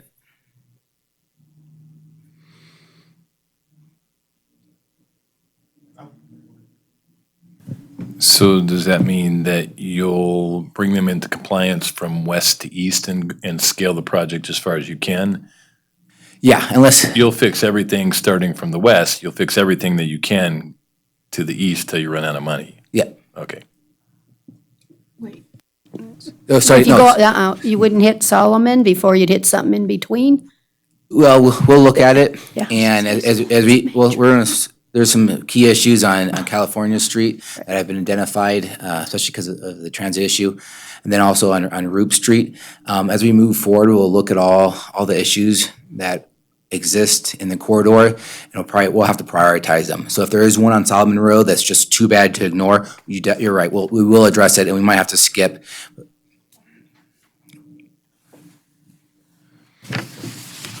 Any more questions, comments? Just a question. So is it that you're asking for the grant of 270 because that's been consistent with what you've received? And that kind of what drove this instead of saying, I really need 300 and I could do them all? I'm just, No, correct. There's a committee that reviews all the CDBG applications. So we do compete with a lot of other agencies, a lot of divisions, as well as nonprofits. And so we don't want to be, too greedy. Based on what we've been approved in the past, we're pushing the envelope a little bit, but we'll let them review the applications and make that judgment call. And as we told you, we'll tell them that this is scalable. So if we only get a portion, we're going to do the most that we can with what we get. Last call for questions. Public comment. We'll take a motion. I'll make a motion. I move to approve the submission of the grant application as presented. We have a motion. Do we have a second? We have a motion and a second. Any discussion? Seeing none, all in favor say aye. Aye. Any opposed say nay.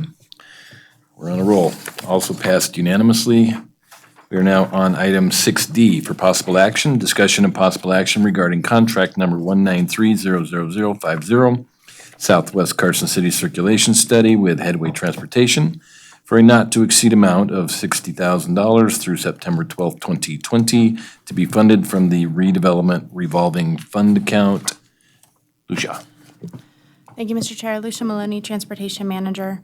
So as you're well aware, completion of the South Carson Street Complete Streets project necessitates continuing review as circumstances evolve, and the Redevelopment Authority, the RAC, took action, and subsequently the board took action to budget within the fiscal year 20 budget $80,000 for this study to look at access and circulation on the parallel streets of Silver Sage and Curry Street, as well as those cross streets, bringing those parallel streets to South Carson Street, and really take a hard look at operational efficiencies and if there are any other improvements on those parallel streets that were out of the scope of the South Carson Street project.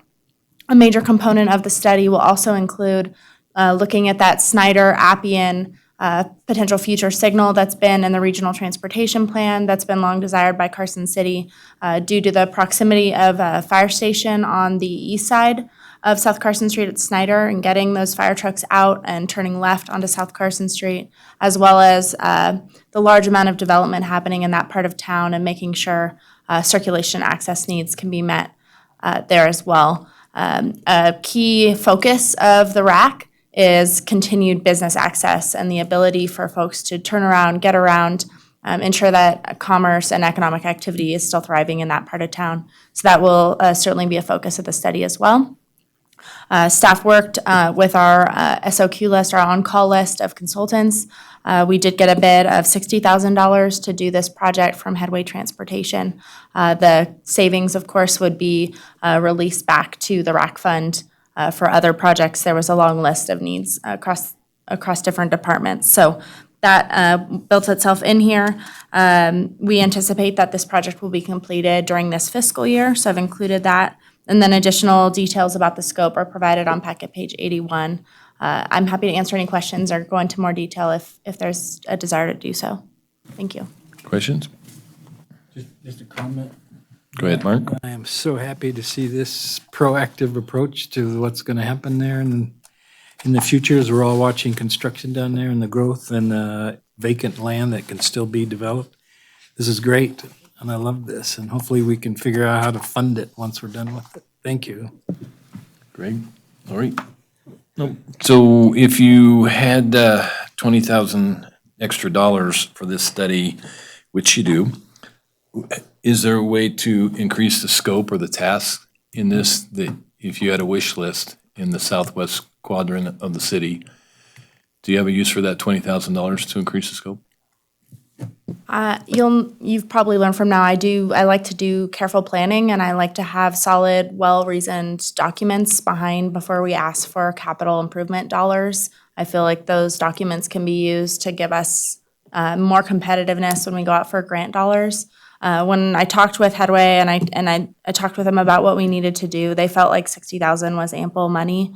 My preference would be to come in under budget on what was budgeted with RAC, potentially build goodwill and see if there is money in the future that would maybe come from RAC to support capital improvements to, again, improve business access, and if there are recommendations that come out of this study to help us actually implement those. Is that a long way of saying no? Yes. Nice political way. Okay, any questions? Public comment? All right, I'll bring it back to the commission for, and entertain a motion. I move to approve the contract as presented. We have a motion and a second. Any discussion? Seeing none, all in favor, say aye. Aye. Any opposed, say nay. Also passes unanimously. Somebody's gonna have to vote against something just because. Oh, don't worry. Item 6E, discussion and possible action regarding a recommendation to the Board of Supervisors to implement a diesel fuel tax. Lucia. Thank you, Mr. Chair. So as provided in your packet, Senate Bill 48 authorizes boards of county commissioners in counties with populations less than 100,000. So these are the rural counties across the state of Nevada, essentially excludes Washoe and Clark County, to impose an additional 1.25 cent per gallon tax on diesel fuel. I provided a table in your packet that shows the distribution of fuel tax revenues for both gasoline and diesel. On that, you'll see on every gallon of gas or diesel purchased in Carson City, approximately 52 cents is collected on that gallon. When you look at gasoline, the city gets approximately 15 cents. The state withholds 2% of that for administrative things, and then the city gets approximately 14 cents that we use for both the RTC fund as well as the streets maintenance fund to maintain our roadways. With regard to gallons of diesel sold, the city gets nothing. So this would the bill authorizes the boards of county commissioners by either a 2/3 majority or by a vote of the people to enact this diesel fuel. I did provide, as part of Exhibit 2, this bill was sponsored by the Nevada Association of Counties. They provided a white paper providing information about the need and different things of why they supported the bill. Out of that, I pulled out a table that's within the staff report that shows the estimated tax generation from imposition of this diesel tax. In Carson City, we sell a certain amount of gas per year, and we estimate that approximately $400,000 would be generated if the full 5 cents was implemented. There is a provision in the bill. If you sell more than a certain number of gallons per year, a portion must be set aside for truck parking. In Carson City, we don't even sell close to that threshold. So you'll see on the table that less IFTA truck parking column, that wasn't applicable to Carson City, and it's not foreseen to be applicable to us in any near future. So again, you'll see that. I did have a chance to speak with representatives from both Douglas and Lyon County as they're within CAMPO and very close to us. I heard that Douglas County it doesn't have it on the agenda to consider anytime soon, though that could always change. And then Lyon County, it's anticipated to go in front of their Board of County Commissioners in the next month or two for them to do an ordinance for that. So kind of a breadth of approaches. This is coming to RTC because if it is imposed, RTC fund stands to gain from those taxes generated, potentially increasing by approximately $400,000. So the action tonight is if there is a desire to recommend to the Board of Supervisors a range of 0 to 5 cents of diesel tax. And then the second decision point is a recommendation to be either adopted by ordinance or presented to the voters as a ballot question. Todd Reese is here as well to answer any questions, and happy to have a discussion. Thank you. Open it up for questions. There you go. No questions because this is exciting, but I was talking to Vida about Lyon County, how much money they bring in at the Fernley truck stop there. It's like that they must have to have the, what do you call those trucks that pull in to gather the cash and move it every hour from that place, from the trucking stop there? Yeah. So I think this is exciting that we're given this opportunity from the legislature to do this, and there's nobody in the audience from the trucking industry that seems to be upset, and they support it. So that's a biggie. It makes this easier to transition, and I'm a 5 cent guy myself, but I can't say that yet. So the trucking industry did support this because of the truck parking. And my personal feeling on this is, we're always searching for additional revenue to try to make a dent in the work that we're supposed to do, for which we're grossly underfunded by, say, 85% or so. So when the legislature steps up, or if the federal government were to step up to provide us some relief, I certainly think that we should take advantage of that, because the message we're sending if we don't is that we're not interested in fixing our streets, and so you don't need to make any changes to provide us additional relief in the future. And that's not an avenue that I'm willing to go down. So I'm certainly going to be supporting this. So any additional questions, comments? Well, I'll be the dissenter then. I'm positive, and not for any of the reasons that you guys will agree with or disagree with. So I would have been much more thrilled if the legislature would have given me a nickel in gasoline and diesel, but they did not. They only allowed it in the diesel. And so for me, I have a really hard time telling the diesel users in Carson City that drive a pickup truck just like a gasoline guy, but his happens to take diesel, that he gets to pay a nickel more. That somehow we think it's okay for him to pay a nickel more. So I'm more comfortable. I don't mind going for the 5 cents, but I'd rather the public.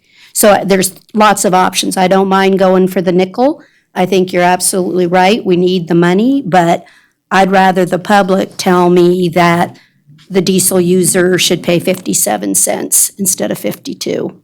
So that's just, I'm a very fair kind of tax kind of person, and so for that, I don't mind the nickel, and I'd like to see it go to a ballot, but I'll So, be the only one, I'm sure. so to be clear, you're saying that you would prefer that if we recommend this go to the Board of Supervisors, that it be done through a ballot question. But there are several options that could happen here. We can make a recommendation to the board and the board can just approve it. We can make a recommendation to the board and the board can put it on the ballot. Or we can send it to the board could approve it initially and put it on the ballot afterwards, which is the Las Vegas model. So they approved their fuel tax indexing and were required to put it on the ballot, I believe, after 3 years. And so it would have sunset if it was not approved by the voters after that 3-year period. I have no objections to doing that because at that point, the problem with the system now is that there is no one to advocate for the revenue if it goes on the ballot initially. If the people have a chance to see the good that the revenue can be put to, and they see 20 road projects out there being funded from this money, then I think they will get a better, clearer picture of what the tax means and the purpose that it goes to. And they can also be educated to the fact that this money will only go to road projects.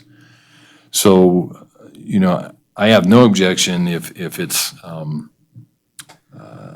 a direction that this commission wants to go with a recommendation, that we approve the recommendation for the 5-cent diesel fuel tax, and that it is to be put on the ballot, say, 3 years after the implementation of the tax. And if it doesn't pass at that point, it would sunset, but the 5 cents would remain, right? But it wouldn't, I guess it wouldn't remain. It would go away at that point, right? So anyway, that's open for discussion. So, I do drive a diesel truck, and, but Laurie, when you look at the Carson City portion of this, from Carson City's perspective, gasoline vehicle users are already paying 15 cents a gallon for the city, and diesel users are paying none. The discrepancy is not in the city. Well, it is in the city, but it's the other way around, right? It's in the federal and state. So I'm in favor of 5 cents for sure, because for the reasons other commissioners have said, we need the money to fix as much of the infrastructure as we can. I don't have any problem, like I said, recommending a nickel. It's more, just as I said, I want the people, I really want to get the people used to passing ballot measures to recognize we've tried to go on the gasoline, on the progressive one at 3 cents. And I don't mind an idea of showing them. I just want the people to say that the diesel user, it's not a diesel user's fault that the state legislature did not give the local government any of the diesel tax fuel. They're still paying their 52-cent tax. That's all. They're paying the same thing as the gasoline guy. It's just not getting distributed. And I wonder why we didn't ask the state to give us why didn't they give us our nickel? But that's because they use all their money on the freeway system with the diesel. And so are we allowed pursuant to this statute to put a sunset ballot measure? Can we do as Brad's recommending? Can we say the board's going to implement a nickel for 2 years and then it'll be on a ballot measure to confirm the tax, or the tax goes away? Is that legally permissive within this language of the SB 48? I know, can we do that? This is, this is the first time I've gotten to talk this meeting. Todd Reese, Deputy District Attorney for the record.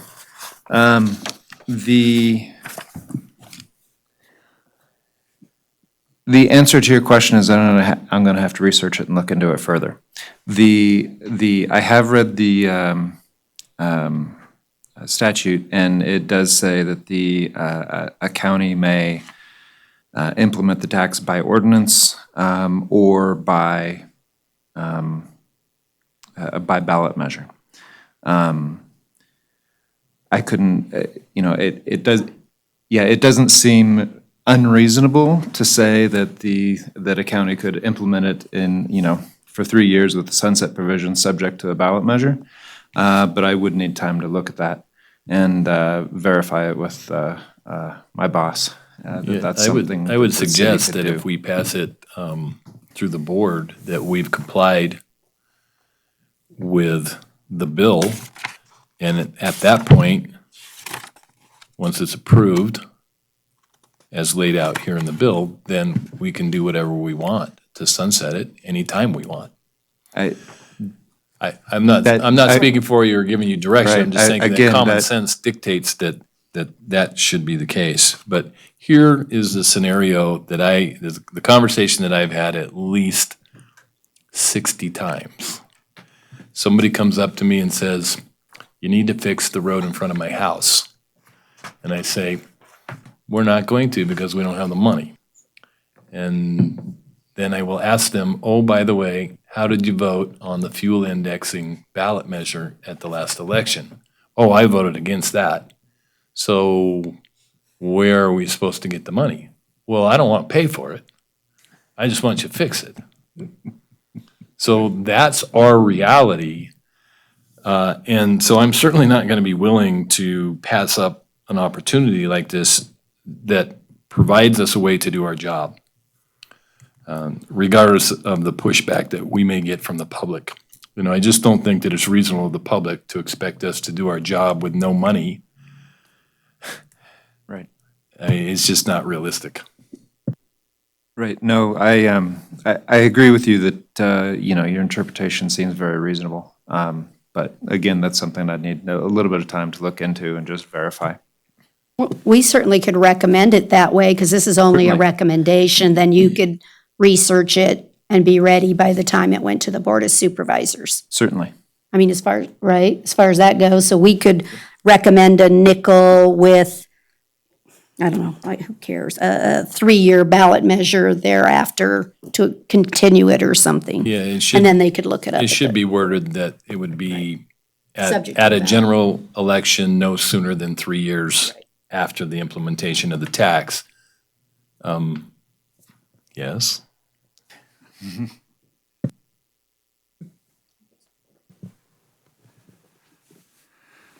Darren Schultz for the record. I just wanted to make sure that we understood what we were doing. In one of your comments earlier, Commissioner Bonkowski, regarding the projects that we could have underway for a portion of time that would build some steam and some public goodwill that this money is being used for the right thing.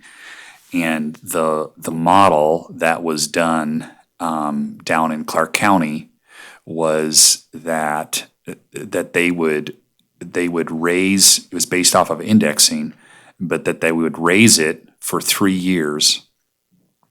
And at the end of 3 years, it would go to a vote of the people. And the vote was whether it would continue to index year 4, year 5, year 6. But those 3 years, that raise that it went up stayed in place. So Clark County was able to bond those 3 years because they knew that money would continue forever, that those initial indexes would continue forever. So because of that, they could do a bunch of projects, and I heard you say 20 projects. But if we're talking $400,000 for 3 years, we just showed you some prices of projects. We're going to be doing a couple projects maybe. So we got to make sure that we're talking about the same thing if we are, is all I was going to say. Understood. I would feel comfortable, you guys are on the board, you're going to make this decision. The only thing I think we should vote on is as a recommendation, that's the only thing we can do from this board, is that we make a recommendation to the Board of Supervisors, we support a 5-cent tax, and Not which period. way. Period. And let the Board of Supervisors work about the Determine. politics and the decisions. Because I'm not privy to those, and I would like to make it as simple as possible. So ballot questions are tough because you need a champion, and there's no champion. That's what happened with the indexing. Nobody came out in a group, a nonprofit, did all the commercials and the advertisements, and found themselves a figure that was willing to stand out there and say, we need to tax this community and do all these things. It didn't happen. So the same thing could happen again. And so I'm not a big, strong advocate for that to put it into the motion. So I would just like, period, we support a 5-cent, if everybody says 5 cent, fuel tax, that we recommend that.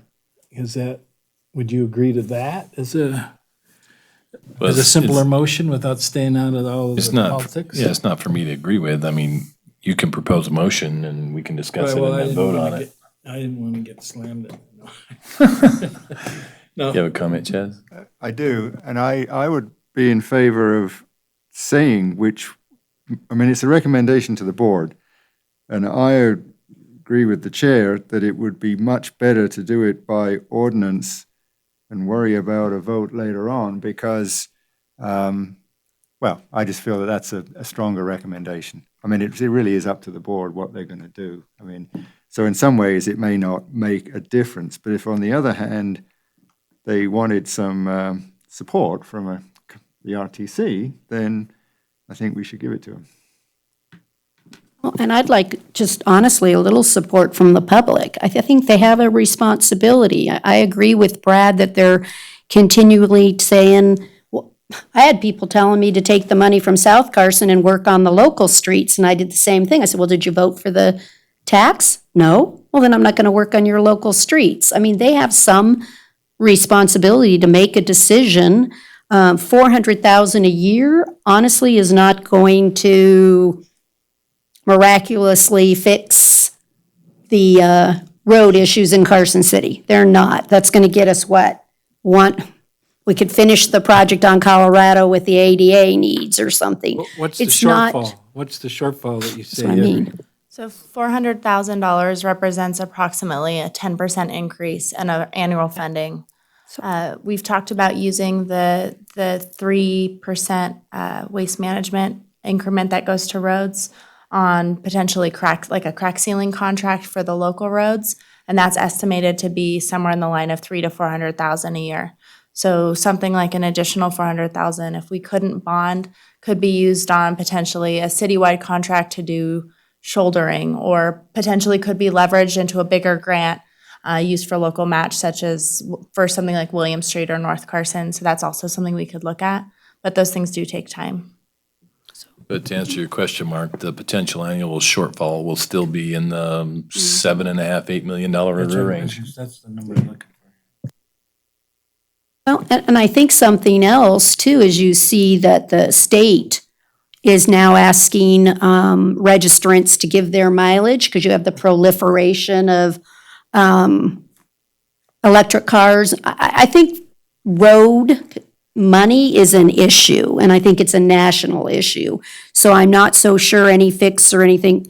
I think you're going to see changes over the next 10 years happen in road funding methodologies, no matter what we do. So I'm only going to say that for me, I'm comfortable with asking the public to support. Do you want us to fix them or not? And what do you want? Otherwise, you just keep getting what you've got right now, and we'll just keep going district by district and. Well, it seems to me that either way, it's going to be a bug tussle over raising a tax. But here's the other thing too, is there's a lot of people that drive trucks on our local roads that are impacting our local roads, and we get none of the fuel tax revenue for that impact. So I personally don't feel that it's a big ask. And I kind of agree with Mark, just keep it simple. Any additional comments, questions? Public comment? No public? All right. So I'm going to bring this back here and ask one of you to attempt the motion. And we'll take a second and then we'll discuss it, and possibly take a vote. So one of you want to take a shot at it? Go ahead, Greg. I'll do it. I move to recommend to the Board of Supervisors that a 5-cent diesel fuel tax be adopted by ordinance. I'll second that. We have a motion and a second. Discussion. So I'll be voting no because I want it to go to a vote of the people. Any additional discussion? I think though that as the board, you'll have the opportunity to revisit that, obviously, since you're going to be doing that, yeah. And Chaz can go get his diesel in Douglas County since they're not passing this, so. That's how Lyon County got all the gas indexing in Washoe County, so they all fill up in Fernley, so maybe we'll see what happens. Any additional discussion? All in favor say aye. Aye. Any opposed say nay. No. Vote is 4-1. All right, we are on item 7, internal communications and administrative matters, non-action items, beginning with item 7A, transportation manager's report. Lucia? Thank you, Mr. Chair. 3 items for you tonight. I wanted to, before our next meeting happens, Walk to School Day is on October 2nd. There are several events happening around Carson City and across the state. There's many schools participating, including schools in our school district, so be sure to get out and have your kids walk to school on October 2nd. The second item is an action that was voted on by the CAMPO board, the Carson Area Transportation System Management Plan. We are scheduling a kickoff for that project that was fully funded, including the grant dollars and the local match by Nevada Department of Transportation. The scope of the project reaches not just in Carson City, but also Douglas County, Lyon County, and Story County, which all have traffic control systems that are currently maintained by Carson City staff. So that's looking at improving efficiencies, asset management, performance benchmarks, et cetera. There would be an opportunity for one of you, if you are interested, to sit on the technical advisory committee. If any of you are interested in participating in that and helping provide policy recommendations and some different things, please reach out to me. Third item, there's a truck parking workshop for Northern Nevada that's scheduled. This is organized by Federal Highways and Nevada Department of Transportation. Washoe RTC, the city of Reno, the city of Sparks, I believe Story and Lyon counties they're all participating in this workshop. It's happening from 9 to 4:30 on Tuesday, September 17th. I believe there is a board member representative from the Washoe RTC that's participating in on this. If any of you would like to sit and participate, Dirk will be our representative from Carson City staff. But again, it's another participation opportunity, even though it's kind of a lot of time. So if you're interested in that, just let me know and I'll get you the information. Would love to have you join and, again, comment on policy implications and some different things. Of course, both of these items will continue to report back to the board as we move forward. So that concludes my manager's report. Any questions? Moving on to 7B, street operations activity report.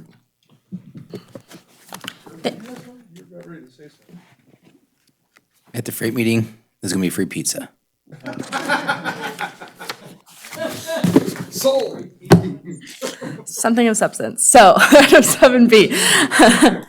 This street operations activity report for activities conducted in July of 2019 are included in your staff report. This is the first report of this fiscal year. For some reason, the template, and we didn't catch it in time, you'll see some empty cells in the quantities columns. It's something that's been fixed, but because it's the first of the fiscal year, you can just look over the fiscal year to date for the correct quantities in there. Big ticket items for July include weed abatement. Of course, we're starting to get the weeds. It's the summer. It's that time of year. Sidewalk and flat work continues through the warm months. Curb miles, sweeping. People are using our curbs and our sidewalks, and we're making sure we're keeping them clear and making sure the roads are being swept as well. So those are the big items. I'm happy to go into additional detail if you have some questions. Thank you. Any questions on the street operations activity report? Moving on to item 7C, project status report. Dirk. Thank you, Chair. So I want to start off with Commissioner Bagwell brought to our attention that the project cost to date has been kind of lagging behind. We've had some issues with Munis, who I think accounts for most of it, but please know that we are going to be addressing it with future reports. So the first project is South Carson Street. We're getting closer. You guys heard about it today, so I'll move on from that one. Secondly, the freeway multi-use path to Colorado Street. We are, again, still waiting a notice to proceed. We think it's in the paperwork. This project, as well as the next one, Fairview Drive, are in the same boat where we are hoping to get a notice to proceed very soon. So we'll report more on that one later. Kings Canyon Trailhead improvements and roadway reconstruction. Did you have a question, Chaz? No, go ahead and grab it now while we're on it. So Dirk, so the notice to proceeds are for different things, right? The design's completed on the Colorado Street part, and you're waiting to go to construction. Correct. Yeah, so my question is, is it possible for me to get a copy of the plans? Yeah, you want Just a request. 100% design plans for the Colorado Street? Yeah, Okay. I'd like to see them, please, yeah. They can be electronic, just send me a PDF. Thank you.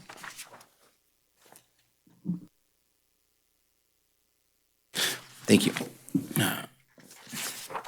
Kings Canyon, the flap project, still not much has changed. We are anticipating 75% plans in December. We've had discussions with the project manager.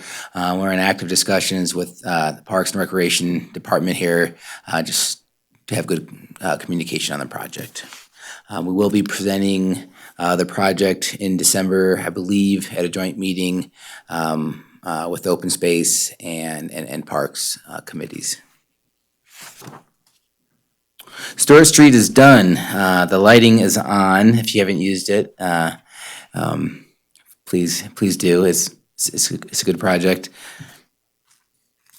CDBG College Parkway Improvement Project. We dealt with that last month, and we're anticipating construction to begin in a little bit in the fall. The freeway multi-use path to Edmonds. We are moving forward and getting ready to start design. We are finalizing the schedule. And Commissioner McQuarrie, we've heard comments from you about trying to push up the schedule, so staff is trying to do that, and I can report on that, on our success in the future. Airport Road Sewer Replacement Project. Again, this one, we're hoping to get a notice to proceed for construction soon. And we'll report back next month. Fiscal year 2019 District 1 pavement preservation projects. Most of it is complete. There's a little bit of striping work that needs to take place still. Also, it was identified that there's a small piece of pavement between Gonai Road, the Gonai Road Reconstruction Road, and this surface treatment that was done on Arrowhead. And so we're going to address that, so it looks a little bit more professional.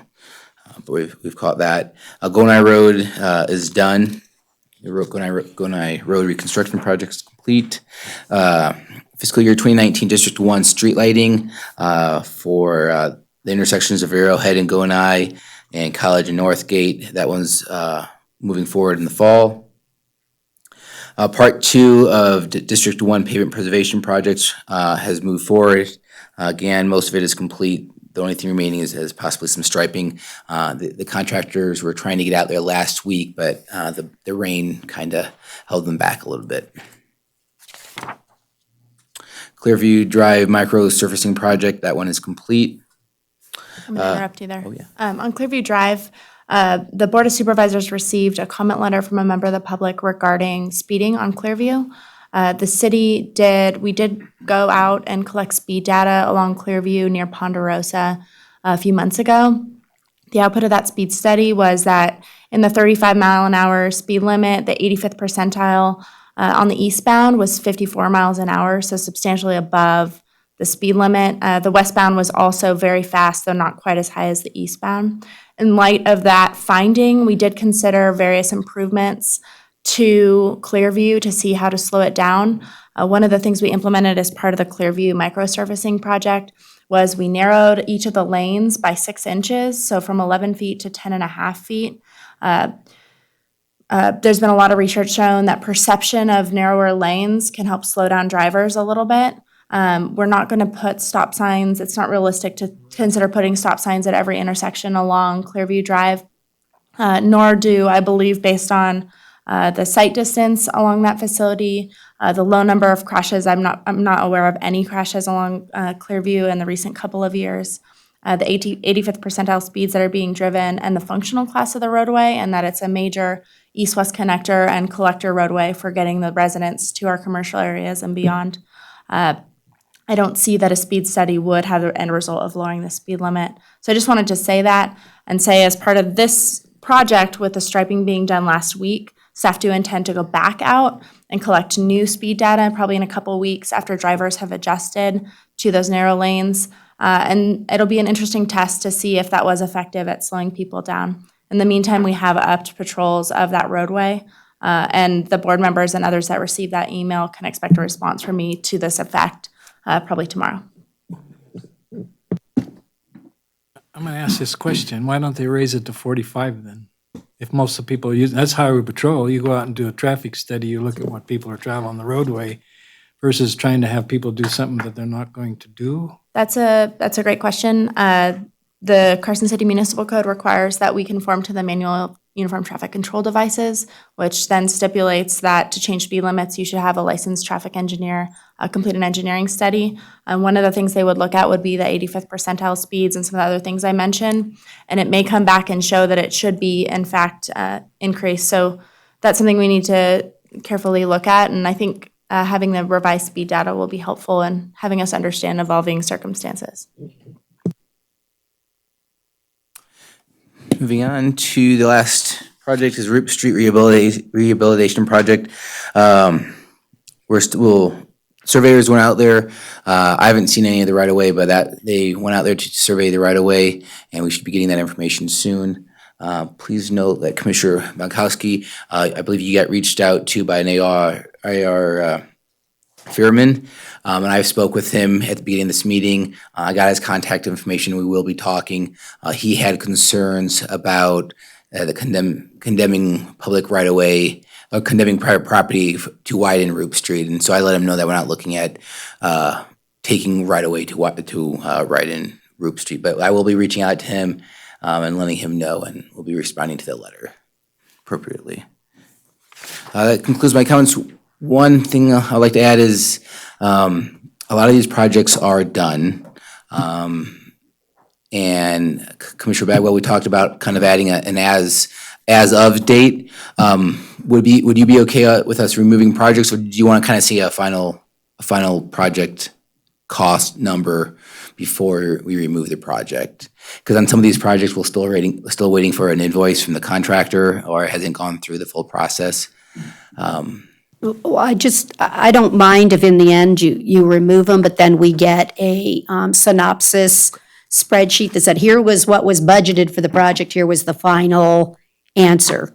Okay. And then we can get a total for the year. I think it's really a good for the public, and I just like to have, I'm never able to tell them a final answer because I'm not getting a final answer. So I can have it in a spreadsheet, and you can take them out of this part if you want. Thank you.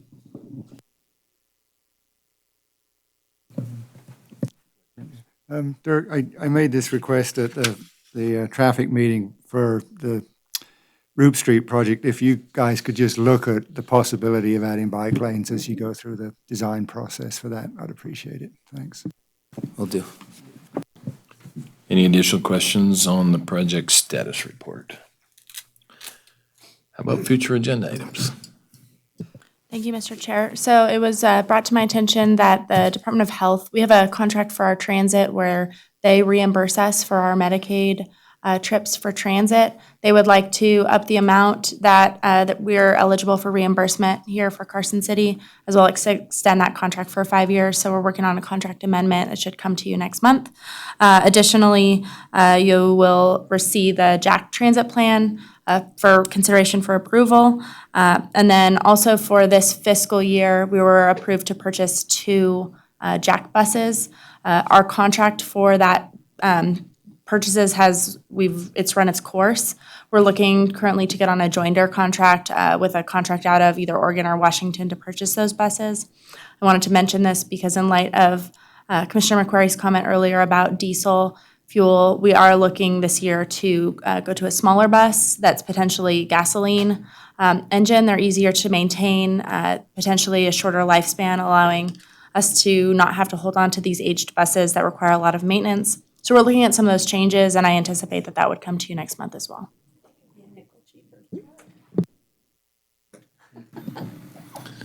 All right, any future agenda items from the commission?